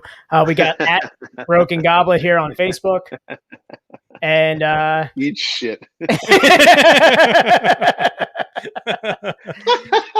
And guys, we've got their Untapped here, so if you want to go check them out. What's our rating at these days? I can't see. Was I say 3.75? Hey, you're right in line with Victory and Sly Fox. So I think we're going up. Actually, we were 3.74 a bit ago. I think we're actually going up. Is that possible?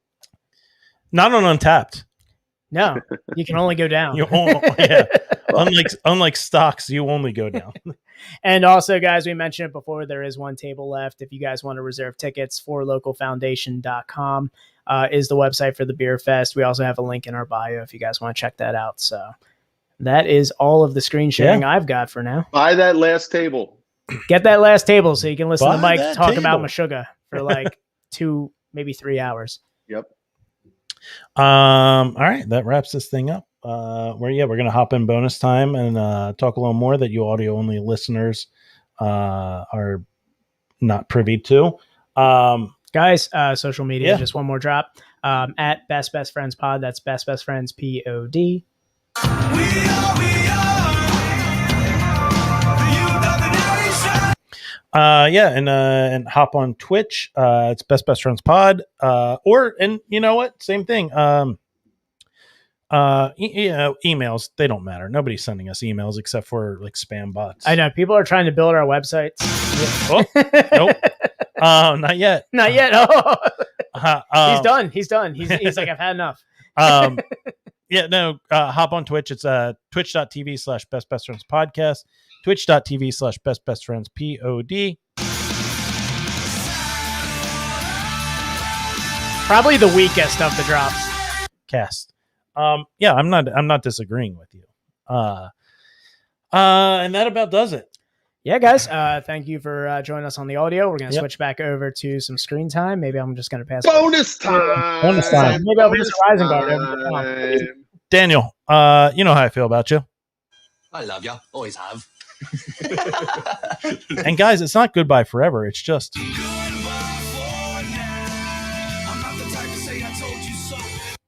I can't. I got it. That's 6. That's all 6. There it is. One for the thumb. All right, everybody. Always remember, Jeffrey Epstein didn't kill himself. The Clinton family was responsible for that. And it's Best Friends Podcast, episode 85. Wow. Yeah. Sweet. All right. Audio only. Sucks to suck, bro. All right. Let's get into some cool stuff, some neat stuff. What do you want to get into? Slick stuff. I don't know. What are we drinking another Rising Guard, or are we going to venture off the beaten path? What style are you guys going to drink now? And I'll try to match it from my beer fridge. High Life, you said? Oh, good. I got that. Hold on. We just drank the last of our banquet beer. Yeah. So you can't match that. What do you want to drink, Dan? I'll let you choose. You know he wants an IPA, man. I'm the resident haze boy here, so you know. All right. Let me but I like all styles. Come on. You want to go? Do you want to go Pittsburghy? You want to go Pittsburgh? What are Yins drinking from Pittsburgh? What are Yins drinking? Yo. That went Pittsburgh to Delco real quick. I think I gave you all the these are not good representations here. For those listening in bonus time, it's got really boring. Tom, the best friend. Dan and Tom are trying to choose a beer. And this is not how I was going with this. Just pick one. Dan doesn't know how to vamp. They've left the podcast to me, and so what they wanted me to talk about is why "Black and the Cursed Sun" is the best song that Lamb of God ever wrote. No, and I'm going to tell you why. The reason why is because Chris Adler, who is the now departed drummer of Lamb of God, it was really kind of his opus. It kind of was a song that he ideated from start to finish. And it had all of the best parts of Chris Adler's drumming skills on display. It had complicated drum fills using hand placements that are not normal, where you would do a foot and tom fill, i.e. Neil Peart or Mike Portnoy from Dream Theater. I like how you pronounce but then Good job. He would add in are you guys back yet? No. He would add in a cymbal in the middle of it. So he would do these fills that were like doublet, doublet, doublet, doublet on two different cymbals with tone, back to foot, back to thing. And he did that and interspersed throughout this whole thing. And then it also kind of had all these like cool little discrete breakdowns through it. And then the end of the song was just this huge kind of huge swelling finish where they had like a ensemble screaming part. Anyway, Blast Curse the Sun is the best song the Lamb of God ever wrote. I'm just going to rebuttal this, much like I'm just going to be very simple, like our former president, just go wrong. It was Pariah, Lamb of God. That was the song that turned them from Burn the Priest to Lamb of God. So you're incorrect. But thanks for playing. No, incorrect. That is it. Not this incorrect. Time. We created it. That's not the song. Time. No, not this time. It's totally made up. Pure fiction. It's fiction. Pariah's a great song. Fiction. We made it up. Great song. Just not as good as Black and the Curse of the Sun. Well, now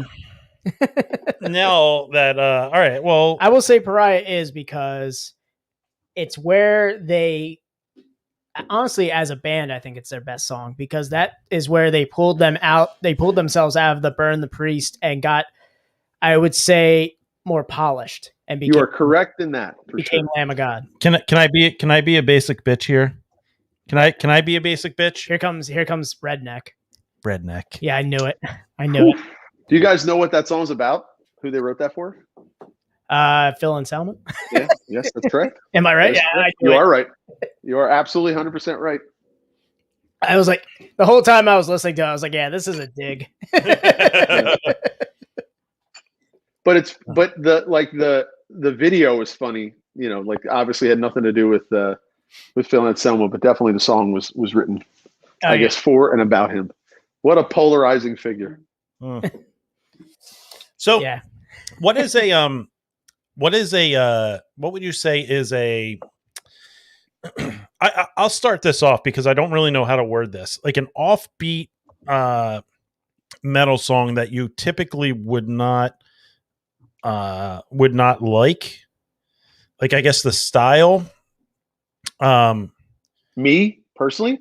Yeah. So I mean I'll start it off by like because I don't know how to really word this question. Like I don't like this style of music. I don't like this style of metal. Speaking of Phil and Selma, I guess this band couldn't get enough of him. But I love this song, and it's Alaska by Between the Buried and Me. Oh, sure.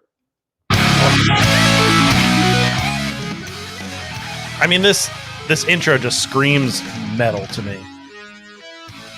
Oh, they're great. So talented. I mean, they crushed it.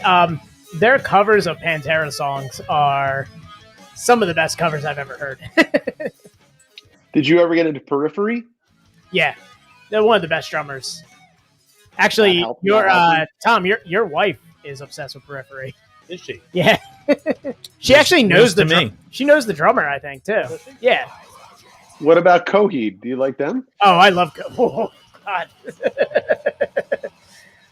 Wait, are we starting a Coheed podcast now? Oh my God. How much can we go until like 1 a.m.? Yeah, this podcast could literally never end. They're my favorite band of all time. Okay, so I mean I attribute Coheed and Between the Buried and Me, BT Bam a bit, especially with that album. I mean I know they're very different. It's a very different, but like BT Bam was very thematic and wrote these sort of the concept albums. Coheed obviously was conceptual the whole way through. Mm-hmm. You don't think? Wasn't Alaska dedicated to Dimebag Darrell? Was that the album that they dedicated to him? Like, well, I don't know that. I don't know. I think it came out around the time that he died, and they dedicated that. I think they dedicated Alaska to Dimebag Darrell. So that came out in 2005. Did he die in 2005? Yeah, it was like that long. Yeah. Dime did, yeah. Holy shit. Yep. Yeah, it was December of 2005. Time is a real motherfucker. Yeah, dude. I was in college, man. I hated it so much. I locked myself in a room. It's amazing that two like that multiple people from that band are dead. Yeah. Yeah, now, yeah. I mean, Crazy.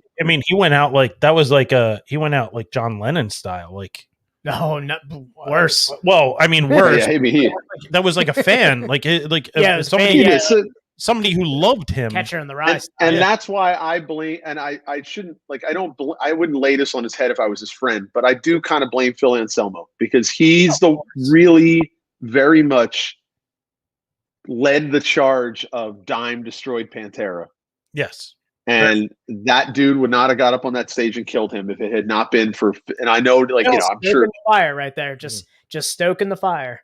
He didn't want him dead, but he was, I would lay, that dude has to go to sleep at night knowing that guy's dead because that guy's dead and was the real driving force of Pantera. He was Pantera. Yeah. So he's dead because of stuff that dude said. Oh yeah. In my opinion. What are you drinking over there, Mike? I just keep going back to this Oktoberfest on Side Pull. I know it's is it your Oktoberfest? It is not. It is not. Our Oktoberfest comes out next week. Okay. Our Oktoberfest is the one that's connected to another metal band. Dead Guy. Oh. So who's Oktoberfest are you side pulling? I mean, it's not really something I should be putting on a side pull, but it's all I had access to. It's Flying Fish, Oktoberfish. Okay. Oh. Okay. Which is, it's like kind of a old, simple, but in my opinion, very well made. Why didn't we bring this up before? Because after the beer fest, Flying Fish is our next guest. Yeah.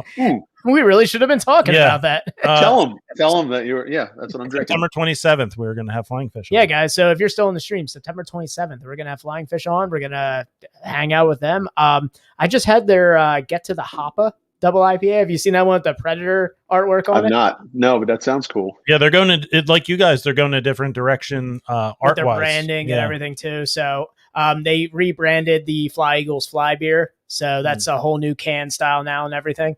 Yeah. So you've got a PA beer too? Yeah, I went thematic. Or a little flannel weather. Don't tell the BIP group. Why? No, I'm going to post this. I'm going to get 1,000 comments. Yeah, I posted one Eagles beer. I got like 50 likes on that thing.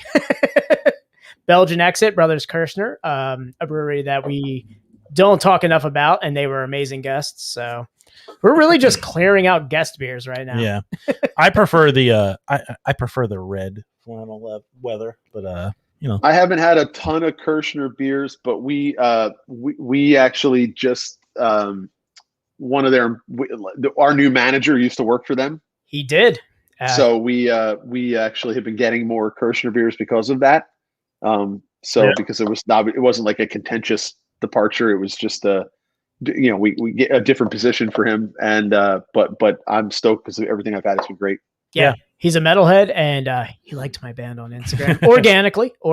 He is. If he's listening right now, he's gonna probably throat punch me because I said something bad about Pantera, which is his favorite band. Well, no, Killswitch is his favorite band. Pantera is in like top 1, 2 for him, probably top 1, 2, 3. But he loves Killswitch, loves them. Have you ever seen Pantera live, or has he? I don't know if he has. I have. I have because I'm old. Yeah, but I know. I was like, man, if I ever meet him, I just want to dig into it now. Yeah, I have.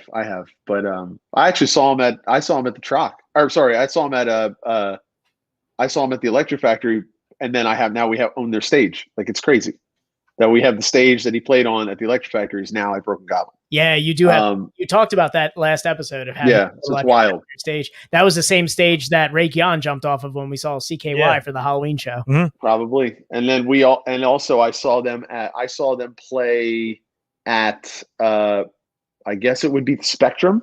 Yep. For the Far Beyond Driven tour, if I'm not mistaken, or it might have been Reinventing the Steel. I'd have to go back and look. But I've seen it a couple times. I saw them it had to be later. Yeah, it was like the Great Southern Trencos. It was like them and Soulfly I saw live. So that was like, it was later Pantera. So on their way out. Did I tell you guys the story? You could tell me if I did about the Vinny in the strip club. No, I want to hear about Vinny in the strip club. I'll go quickly through this if I can. So I was in Texas for a sporting event that I was participating in. And we were looking, and if you've never been to Texas, especially Dallas, the fucking city like folds up at 8:00. So there's just nothing to do. So we were in a cab, and we were like, get in the cab. We say to the cab driver, is there any good strip clubs around? And he's like, well, this is like a weird off night, like a Tuesday or something. He's like, oh, there's this one place, and he takes us this way. So we go to the strip club. It's gorgeous, outside. But we pull up, we go, walk in, and pay the whatever $20 at the door, and we go inside, and there is nobody. I'm talking 0 people in the Oh hell yeah, Stevie's there now. Yeah, Steve, he's there right now. Except for this huge place, hanging out, and there's like one table over in the corner of people like far away, and us, and we're like, oh my god. So we sit down at a booth, and the waitress comes over and to get drinks, and we're like, is it usually this dead? She's like, well, it's an off night, and it's a weird night, but you guys are here, and so we're gonna get some girls out. So they had this big gorgeous stage, and it was like this big beautiful thing. And so I happen to be wearing a metal band t-shirt, and the waitress comes back, and like there are like girl strippers that are ladies, I believe, but the dancers, thank you, but they're not doing anything. They're not, unlike Philadelphia strip clubs, they are not like pestering us for like they're literally sitting down with a group of 8 or so dudes. And you want to get a dance, or you want to do an 8-ball? What's up? Yeah, they're just talking. They're just talking. So one of them comes over and sits down. It happens to sit down on my side of the table and is like, "Oh, do you like metal?" And I'm like, "Yeah." They're like, "Do you know who Pantera is?" And I'm like, "Of course I know who Pantera is." She's like, "Oh, do you see that guy over there?" And she points to the only other people in the room. It's like, "You see that guy over there?" And I'm like looking, it's 50, 60 feet away. It was a big space. And I was like, yeah, it's dark. It's a strip club. And she's like, yeah, that's the owner. And I was like, oh, cool. And she's like, that's the owner, Vinnie Paul. And I was like, I'm like, what? Wait. I'm like, wait. Like mathematics are starting to shoot out of my head. And I'm like, Vinnie Paul owns the strip club? She's like, yeah, Pantera. I'm like, Vinnie Paul owns the strip club, and he's sitting over there. She's like, oh, you do know who he is? I'm like, do I? So long. She's like, do you want to talk to him? I'm like, do I want to talk to him? I was like, I turned into like a total fanboy. I'm like, yeah. So she's like, oh, hold on. She gets up. She walks over, goes to the table, points. He turns and looks at the table, kind of points at us. Vinnie Paul gets up, walks right over to the table, comes up. He's like, hey, what's up, fellas? And he's like, which one of you is the Pantera fan? I'm like, me.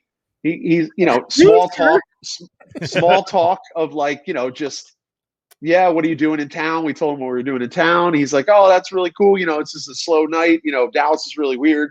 Fridays and Saturdays it's packed. But thank you guys so much for coming in. Let me get you a couple rounds of beers. And then he's like, I'm going to make sure that we put on a good show for you. Turns around, goes back to the front. Next thing we know, the lights all swing down on the stage. Fucking Kickstart My Heart comes on from Metallica. And out of the ceiling comes a motorcycle dropping down with a girl on it into the center of the stage. And then for the next hour, they just put on a show for us. We're the only people in the room. And it was like one of those things you just never, ever, ever forget. So like we were getting up to leave because they were closing because they're not open late. He had gotten up from the table and left. I went, we were kind of walking out, and the girl was like, hey, Miss Vinny said to say thank you so much. Hope you had a great time. And I'm like, man, we had an unbelievably good time. And he was like, come back, the next time you come back. So it was surreal, and I got to meet him for a little bit. And then we went back to Dallas for a totally different reason. And I took some friends there, and it was a Saturday, and it was like a shit show. There was a billion people. Like it was like what it was supposed to be like, but it was just so wild. He was so fucking nice to walk over and just chat. I'm just so surprised that you didn't recognize him from 60 feet away. I feel like I would just the flaming t-shirt and like the cowboy hat and go. He wasn't dressed like that. He was all in black, just black shirt, black pants. I feel like I go to like, when I've gone to strip clubs, I've seen Vinnie Paul at strip clubs in Pennsylvania and going, is that Vinnie Paul over there? And it's not Vinnie Paul, but it's someone dressed like him. Yeah. It was not it was amazing. So I think the most surprising thing about that story was that you said they played Kickstart My Heart by Metallica. Did I say Metallica? Yep. Oh, I meant Motley Crue. Sorry. But it was, but yeah, I'm pretty sure you said Metallica. I might have. I was like, I meant Motley Crue. He's had one October fishes.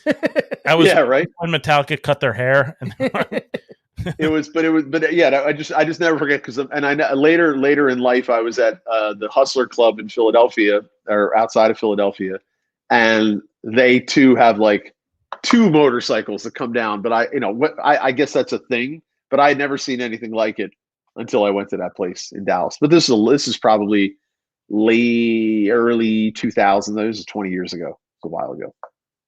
Oh man, Vinnie Paul. I feel like I see Vinnie Paul at every strip club I've ever been to. Shit, is that Vinnie Paul? Oh no, that's not Vinnie Paul. It's probably the guy who lives down the street. Yeah, that's my uncle. Oh yeah. Oh, it's Larry. He's here all the time. He just wears the cowboy hat and a flaming shirt all the time. Is there any other song that you could play as a motorcycle lowers from the ceiling other than Kickstart My Heart? Yeah, like a motorcycle performance. Yeah, that's the song. Yeah, I mean it's such a great but you can picture in your mind's eye smoke and lights and then like it sets up perfectly and then the leg whips over the fucking seat. And it just goes in. I feel like Vinny took over the DJ spot and he's like, "This is for you, gentlemen." Yeah, it would be cool if it had been a bit of Terror song, but it wasn't. The only thing more perfect for that was if she came down in a rotating drum kit. He's like, "You guys want to see a show?" And it's like not dancers at all. It's just him coming down. It's him coming down, like spinning around, just playing a solo. Just play in the beginning to. It's actually Tommy Lee. They just keep him upstairs the whole time, and then they have him on retainer. He just like went back in the you guys want to see a show? they're like, Tommy, it's go time. He's like, fucking finally, dude. Tommy, it's Vinny. Yeah, remember that favor? Calling it in. That was the only good part about that shit ass Motley Crue movie. Was Machine Gun Kelly playing Tommy Lee? I thought he was really good. I thought that was like he played in my mind he was a good at that. Yeah, because that's like he caught sickly, that like skinny and tall. But he also caught that like Tommy Lee vibe. Like it's just always like rock and Did roll. you read the book? STDs. Did you read the book that's based on? No. I mean I don't know if you guys are book readers, but I would fucking highly recommend it. It's one of the best books I've ever read. Best books I've ever read because it's just it's written so well that you're like, oh, I can see this in my mind, and I can see how this is coming. It's just really, you should read it, and it's also crazy because you're like, it's written by Nikki Sixx, right? Yes, but it's crazy because the way it portrays, like it's the 4 distinct tracks, Mick Mars and his back problems, like stuff you didn't really realize, and the whole Vince Neil and the accident where he killed that girl, like it's super, like that is worth throw on your iPad or Kindle if you have one. I forgot he like pulled a Ted Kennedy. Really? He did. Yeah, in his Corvette. Yeah. And he killed the. I mean, they kind of like. I felt like they like glazed over it. They did. That movie sucked dick. It really was horrible. That was a huge part of their history. That whole thing was crazy. It's a really good book. You should read it. Like the whole movie was like Nikki Sixx was. The whole movie was written like it was like Nikki Sixx was like, I overcome adversity, and Bret Michaels is a horrible human being. Vince Neil. Yeah. Vince Neil. Yes, Vince Neil. Vince Neil is a horrible human being. I like how Vince Neil looks like an animatronic from the Cats musical now. And he looks like a whale that's about to explode in the ocean. He looks like the carny that runs like the dart game with the balloons. Like, you want to try another one? Yeah, he looks like he was trying to flirt with your mom the whole time. He was in Joe Dirt, but they cut his scene, like kind of. I like that the movie portrayed Mick as Mick Mars. Yeah, Mick Mars as like this like fragile, crippled old man. He was though, but that's the thing. Got to read the book. Yes, he was. But but they were like, yeah, he's like 84 years old in the movie, and they got the guy from Game of Thrones to play him, and he's like, yeah, I'm 28 years old, I'm older than you guys. The typecasting was weird in that. Yeah, I agree, but weird. he was he was real bad with that. Yeah, I mean, like you look at like pictures of Motley Crue now, and Mick Mars, he looks like a skeleton. Like that's he's like the drummer of if you ever watch like old videos of like Sublime, the drummer has like a back brace on while he's playing, and there's just like he's being held up by duct tape and a yardstick. Even now he's wearing like a top hat. He looks like a Halloween decoration. yeah, like one of those automatic ones that like when you run by the laser, they just go. I was in Motley Crue. he jumps out at you and plays wild side riffs, and then folds back down into his thing. Folds so when back he comes back up and folds back for the next kid. Yeah, I was the real backbone of Motley Crue, not Tommy Lee. Yeah. He's in the corner. He's like, live wire, live wire. Ironically, the backbone of the band. Ooh, he wrote most of the stuff. Yeah. No, they. I mean, that's what I did like about that movie was that they were like, yeah, Mick Mars is the most talented one. He's the most talented one. They're like, everybody else is just kind of like accidentally here. Tommy Lee, really good drummer. Yeah, great drummer. Really good drummer, but in a band that was weird.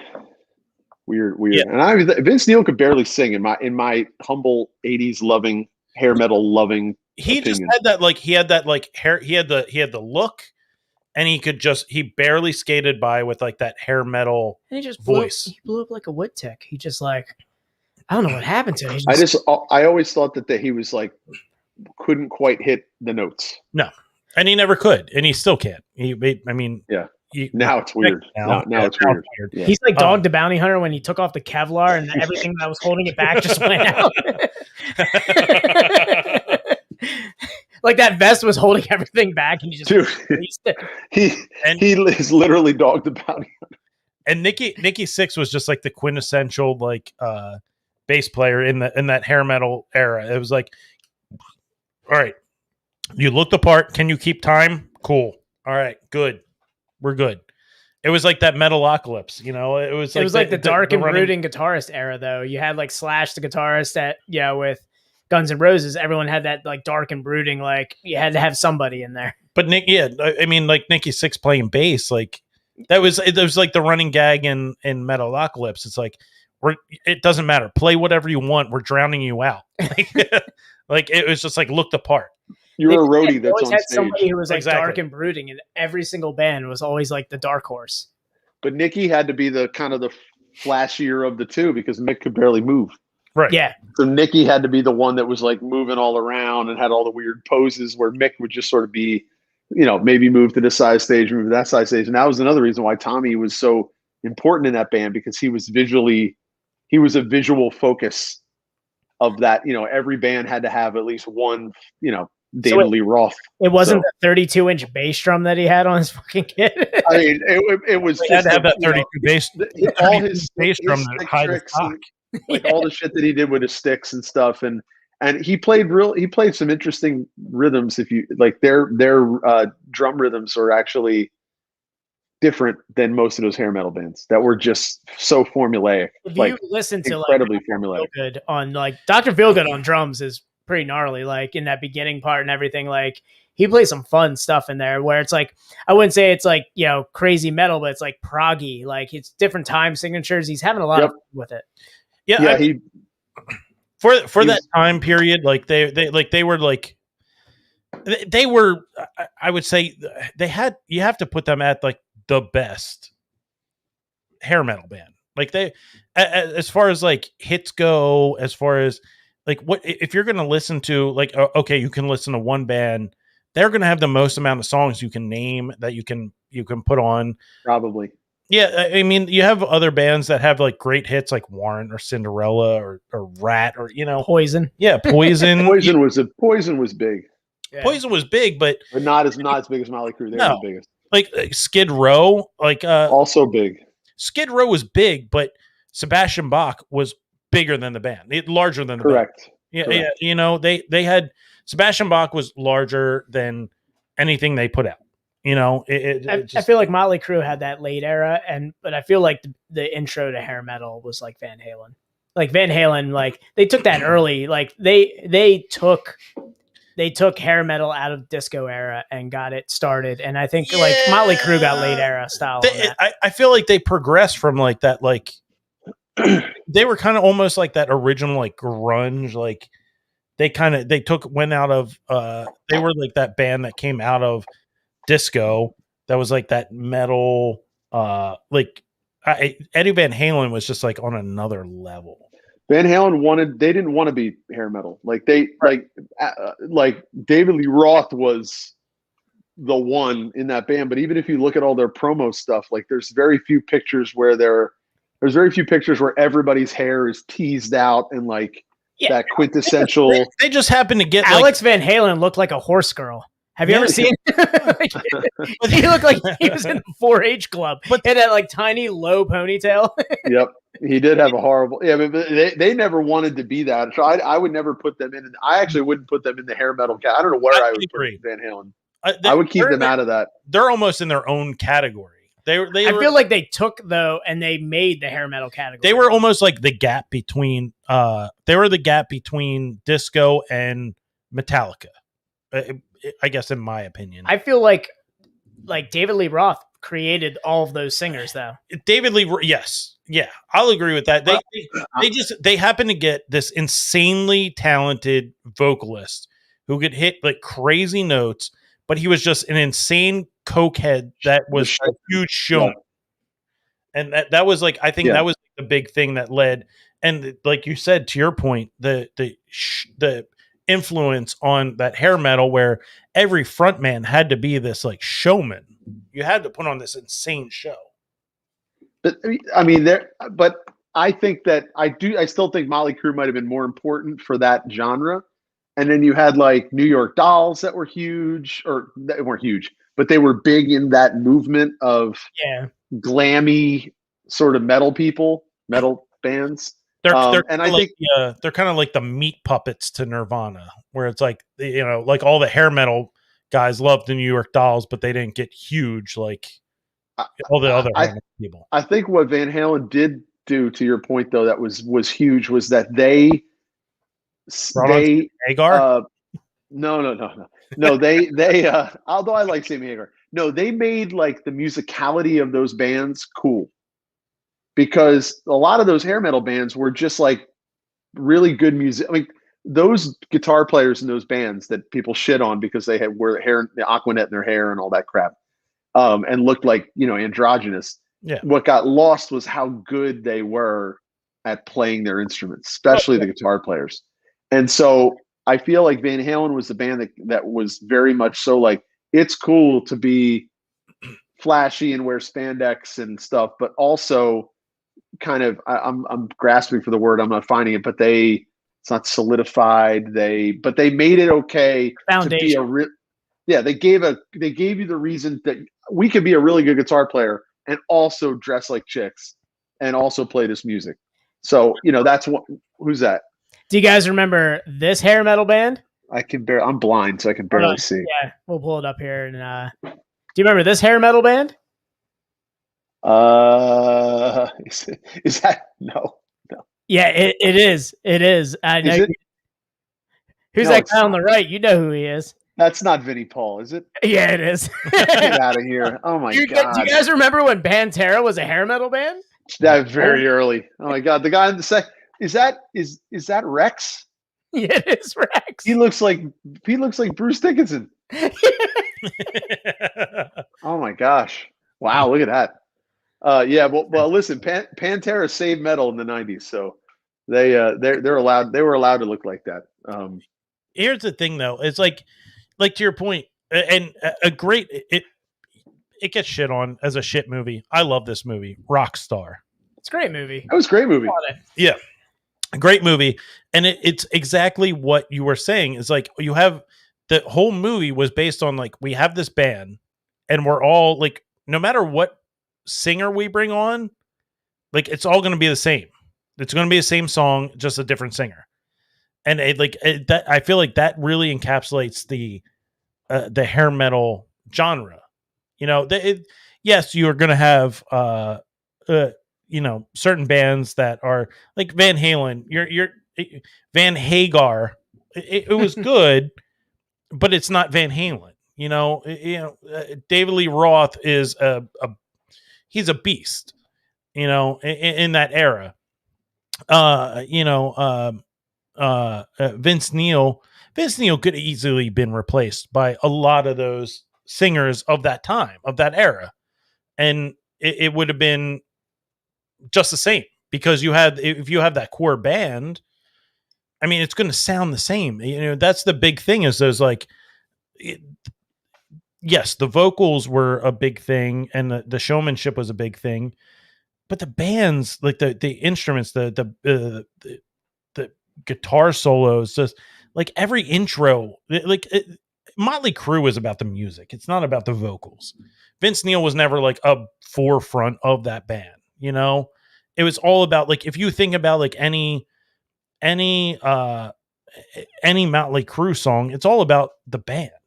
It's also sentimentality, because you like nowadays you remember how you felt more than you actually how you felt good more than the song was good. Yeah. You know? Like Dr. Feelgood's intro is something that always stands out to me. Like just that and then it just breaks into that, like when he hits into the ride cymbal, I'm just like, fuck yeah. It's just like that'll give you chills every time. Oh yeah. Great fucking tune. To be honest, like most of the parts of like Motley Crue songs, I like when there's no vocals. Yeah. No, I'll agree with that. I completely agree with that. It's like yeah, like we said, Kickstart Your Heart. Just the beginning of that song. Yeah. Those fret rides on there. Like it's crazy. Like how good that sounds. And the chorus in Kickstart My Heart is like, I still get goosebumps thinking about the time of my life when that song came out, which is a long time ago. I'm older than you guys, but just that, whoa, yeah, that whole part was just so big and cool. When it came out, you know, listening to it on the radio, because we didn't have anything else to listen to it on, you know, if it was on vinyl or whatever. But yeah, I were toddlers in that time. I can't tell you how many iterations on the drums I've played to that chorus. Like think of ways that I would play it and just be like just tapping it on my steering wheel or like tapping it on something. I'm like, yeah, what if they did like this? And I was like, oh yeah. But that's Tom. There's a good example of Tommy Lee. He played that all the verses were basically like a snare roll. Yeah. And that was very obtuse for hair metal. Yeah. I mean, that was not a beat, but for that song, that was well written. And that was back in the days when labels were not telling bands what to do and how to write their songs. And that's why that was like some of the best music, because from that 80s to 90s era, labels weren't yet dictating every little piece of it. So the best stuff of Metallica came out in that 10-year stretch. Labels were just railing coke off of desks, just being like, "Yeah, you man, yeah, they're like, just make us, just sell tape, just sell vinyls and sell cassettes, yep, and whatever you think is right is going to be okay." And sell out stadiums, and then the music industry caught wind, and then we got Saint Anger. Yeah, well, that's just. But look, Metallica this is the 30th anniversary of Black Album. 30 years. Like, I don't know how old you two are. I don't know if you're older than. Are you over 30? 35. Yeah. Okay, so I mean, like, I remember fucking Black Album coming out when I didn't even know what it meant to be sellout, even though I don't think that was their sellout album. But I don't even remember what that. But I remember that album, and I remember hearing "Sad But True," like the way that song starts, and I was like, I mean. That wasn't the radio hit, but Jesus Christ, what a big song that was. That song was, yeah. Did it hit you harder when Kid Rock did a cover of that, or sampled that? God, you hit the nail on the head with that song. Just big. That was a big song, and I kind of agree with you that wasn't the point where they sold out. They sold out when they put Seaman on their cover and called it Load. That's when that was Reload. sellout. Yeah. But I don't ever there's a running joke at the brewery that I hate Metallica, and it's not a terrible Okay, so misstatement because I hate but Metallica too. I hate Metallica after the Black Album, but not because they sold out. I just hate it that they allowed the musicianship to get to where it was. Yeah, exactly. That makes me mad. I don't give a shit that they cut their hair. I give a shit that their music stunk after that. It just it's not like the good. tone. The tone stunk. It's not good. It like they're Metallica. Like I don't enjoy Metallica. Hashtag should have been Lars. I've always been. I've always said this. I've never been a fan of Metallica. I've never got it. But there are Metallica songs where like it hits, and I'm like, fuck yeah, dude. Like some of these songs are really good, but it's all like 80s Metallica. It is all like I don't know if it coincides. From Whom the Bell Tolls, that whole intro is just gnarly. It is all of like the long hair Metallica. Yeah, it's not, and it again, who cares if they cut their hair or not? But it coincides with their music getting shitty. It's bad. But Black Album, which is definitely the transitional album. Black Album is where they slowed down and they got more radio friendly. But people act like Metallica sold out to radio. I feel like, and metal was starting to do what Metallica was doing when the Black Album came out. But it was like Use Your Illusion 1 and 2. They came out right, or at least one came out right. Or 1 and 2 came out at the same time, right? Guns N' Roses, same month as the Black Album. I know there's a couple other ones that came out then, but like bands were starting to get more radio friendly. But as a radio friendly album, that was a good fucking album because it had some bangers on it, like Sad But True. It's like that whole perspective of is it a detriment to some of their fans? Like, oh, Metallica is like this underground metal band, but they also, by being that radio friendly, they opened the floodgates for. They basically ushered in the grunge era.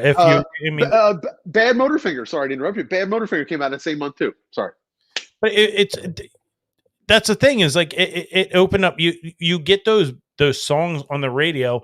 Now radio is more welcoming to, a Nirvana or a Soundgarden or Pearl Jam.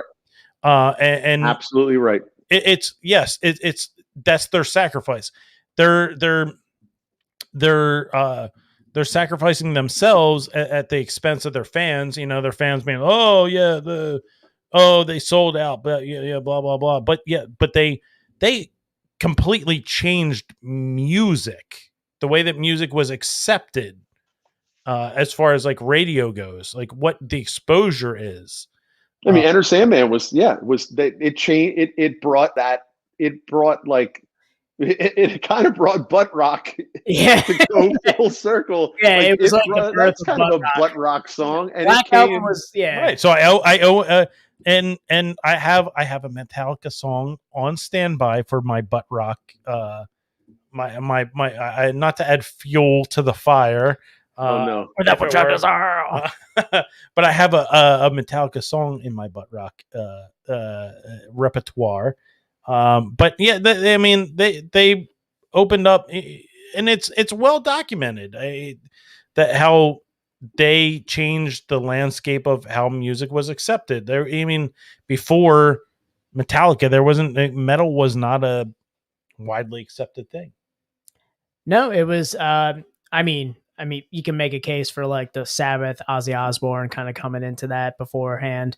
Iron Maiden. You have a lot of metal. But they weren't as mainstream as Metallica. And you want to go full circle, Dan? Who are those two bands you just mentioned? Where are they from? England.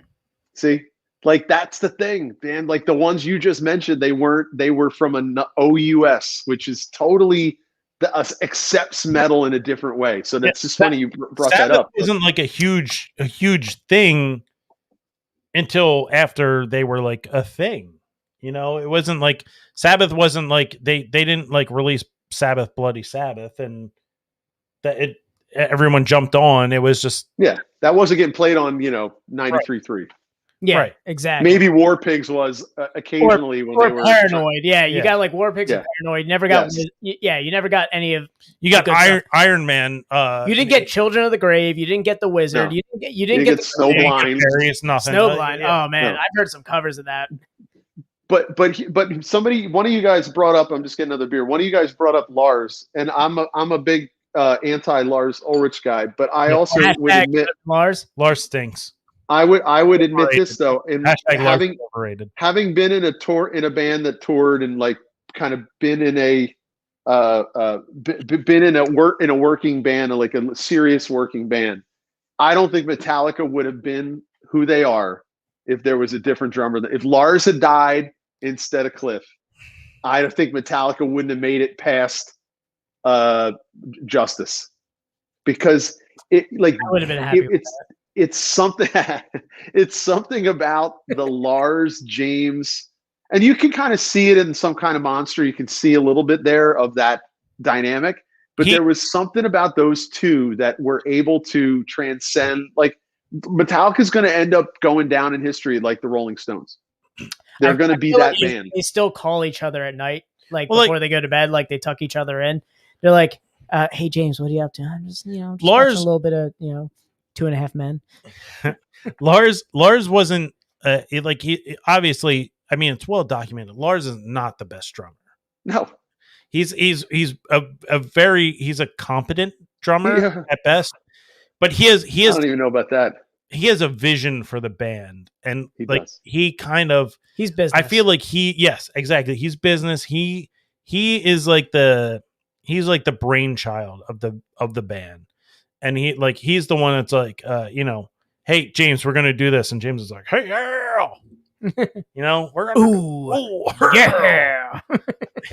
James, I have this idea. We're gonna put semen on an album cover, and then maybe we're gonna mix it with blood. It's gonna be cool. It's gonna be so fucking cool. That's actually a really good Lars impression. Yeah, really nailed it. Thank you. I got this idea. Dude, I got this. Well, what if we put blood and semen on an album? Like, I think it would probably sell even more. And then maybe if we on the back, we try to spell out Napster in cum. That'd be so fucking cool. I've got one bass drum. I think I could use it. Let's call him Kurt and see what he thinks. Hey, yeah, that's fine with me if you want that. I mean. Kurt's like a grandmom. He's like, well, if you say so. Kurt just puts him on me and talks his way. He's like, it's the guys again. Hey, I worked at this arpeggio and click. Hello? Hello? So anyway, fuck Kurt and what he thinks. Fuck you. That's perfect. Oh man. Oh, I love it. All right. You think bonus time is up here? Yeah. Did I just end the whole podcast with my Lars? The Lars impression was the icing on the cake. Yeah, that was I'm sorry. No, I was it can only go downhill from. It can only go down from here. Yeah. Mike, thanks again. Looking forward to hanging with you on Saturday. We're spending so much money on conditioner. Why don't we just cut this hair off? I have this idea for a website where everybody can rate beers. And then we make it so big that the breweries actually have to pay. Lars invented Untapped. Yeah, Lars is behind Untapped. We're gonna make all our money back from what we lost on Napster and LimeWire with this thing where breweries have to pay into it, and they actually pay us. It's fucking crazy, dude. Let's call Kurt and see what he thinks. I love this. This is the video clip I'm taking. There it is. I love it. All right, I'll see you on Saturday. I will be the guy there. Yeah, man. Looking forward to seeing you in person, man. I think we're the only brewery bringing a stout, I'm told, so that should be either really good or bad. We'll see. I'm bringing the No, I'm bringing the dry stout, Irish dry stout. Okay, I'm excited. That's what I was requested of me. So I gotta find a co-host. So I gotta pull this out of my ass somewhere. Well, I'm good for talking. I'll do the entire thing as Lars Ulrich.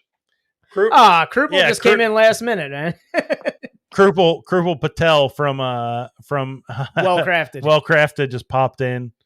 Oh, He just missed the Untapped convo. Yeah, you missed the best Untapped conversation. Yeah, maybe hop in, 2.5 hours earlier when we start the thing. Cheers, they're man. like, oh, is Mike Locke on? Because that fucking guy hates Untapped, doesn't he? Oh, that's good. Yeah. I bet you if I see them one day, it's. I mean, I can't be the only one, but boy, yeah. Oh no, every brewer has voiced their. Yeah. Not everyone, except for Levante, who They're they Dave. hacked Untapped and now like partially like control it. Yeah. I'm low key jealous. I wish we had done more with it, but we didn't. So Yes, every brewer has voiced their Dave must disdain. ooh, Come on now, wordplay. Come on now. hello Untapped, it's me again. Oh man, awesome. Oh, I want every metal voice. I just want Mike to do every metal impression. I think I do a lot of them. So We're gonna have Mike come on and just reenact all of some kind of monster. Oh, what's a good one? I need another person that you can. I do pretty good. Ozzy Osbourne. I think everybody can after a couple beers. Yeah, it's true. It's true. It's not nothing cool, but I have a daughter that didn't want to be on the show. I was trying to check this beer in and I forgot what the fuck it was. So I knew it was cold. So I just checking in on Untapped. It was, I gave it a 2. How the fuck is he? How the fuck has he outlived so many in the rock industry? I can't believe he outlived Charlie Watts.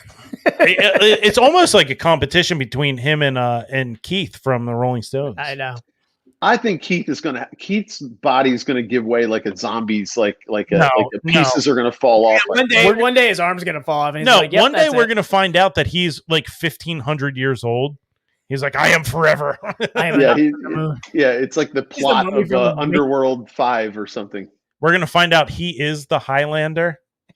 He just comes in with those like sarcophagus vases, like the Mummy, and just like sucks people's like essence into them. Our children be like, wait, why is Keith Richards still alive? And he's like, what if Keith Richards the only one? What if he is like Vivaldi, but who has lived for millennia?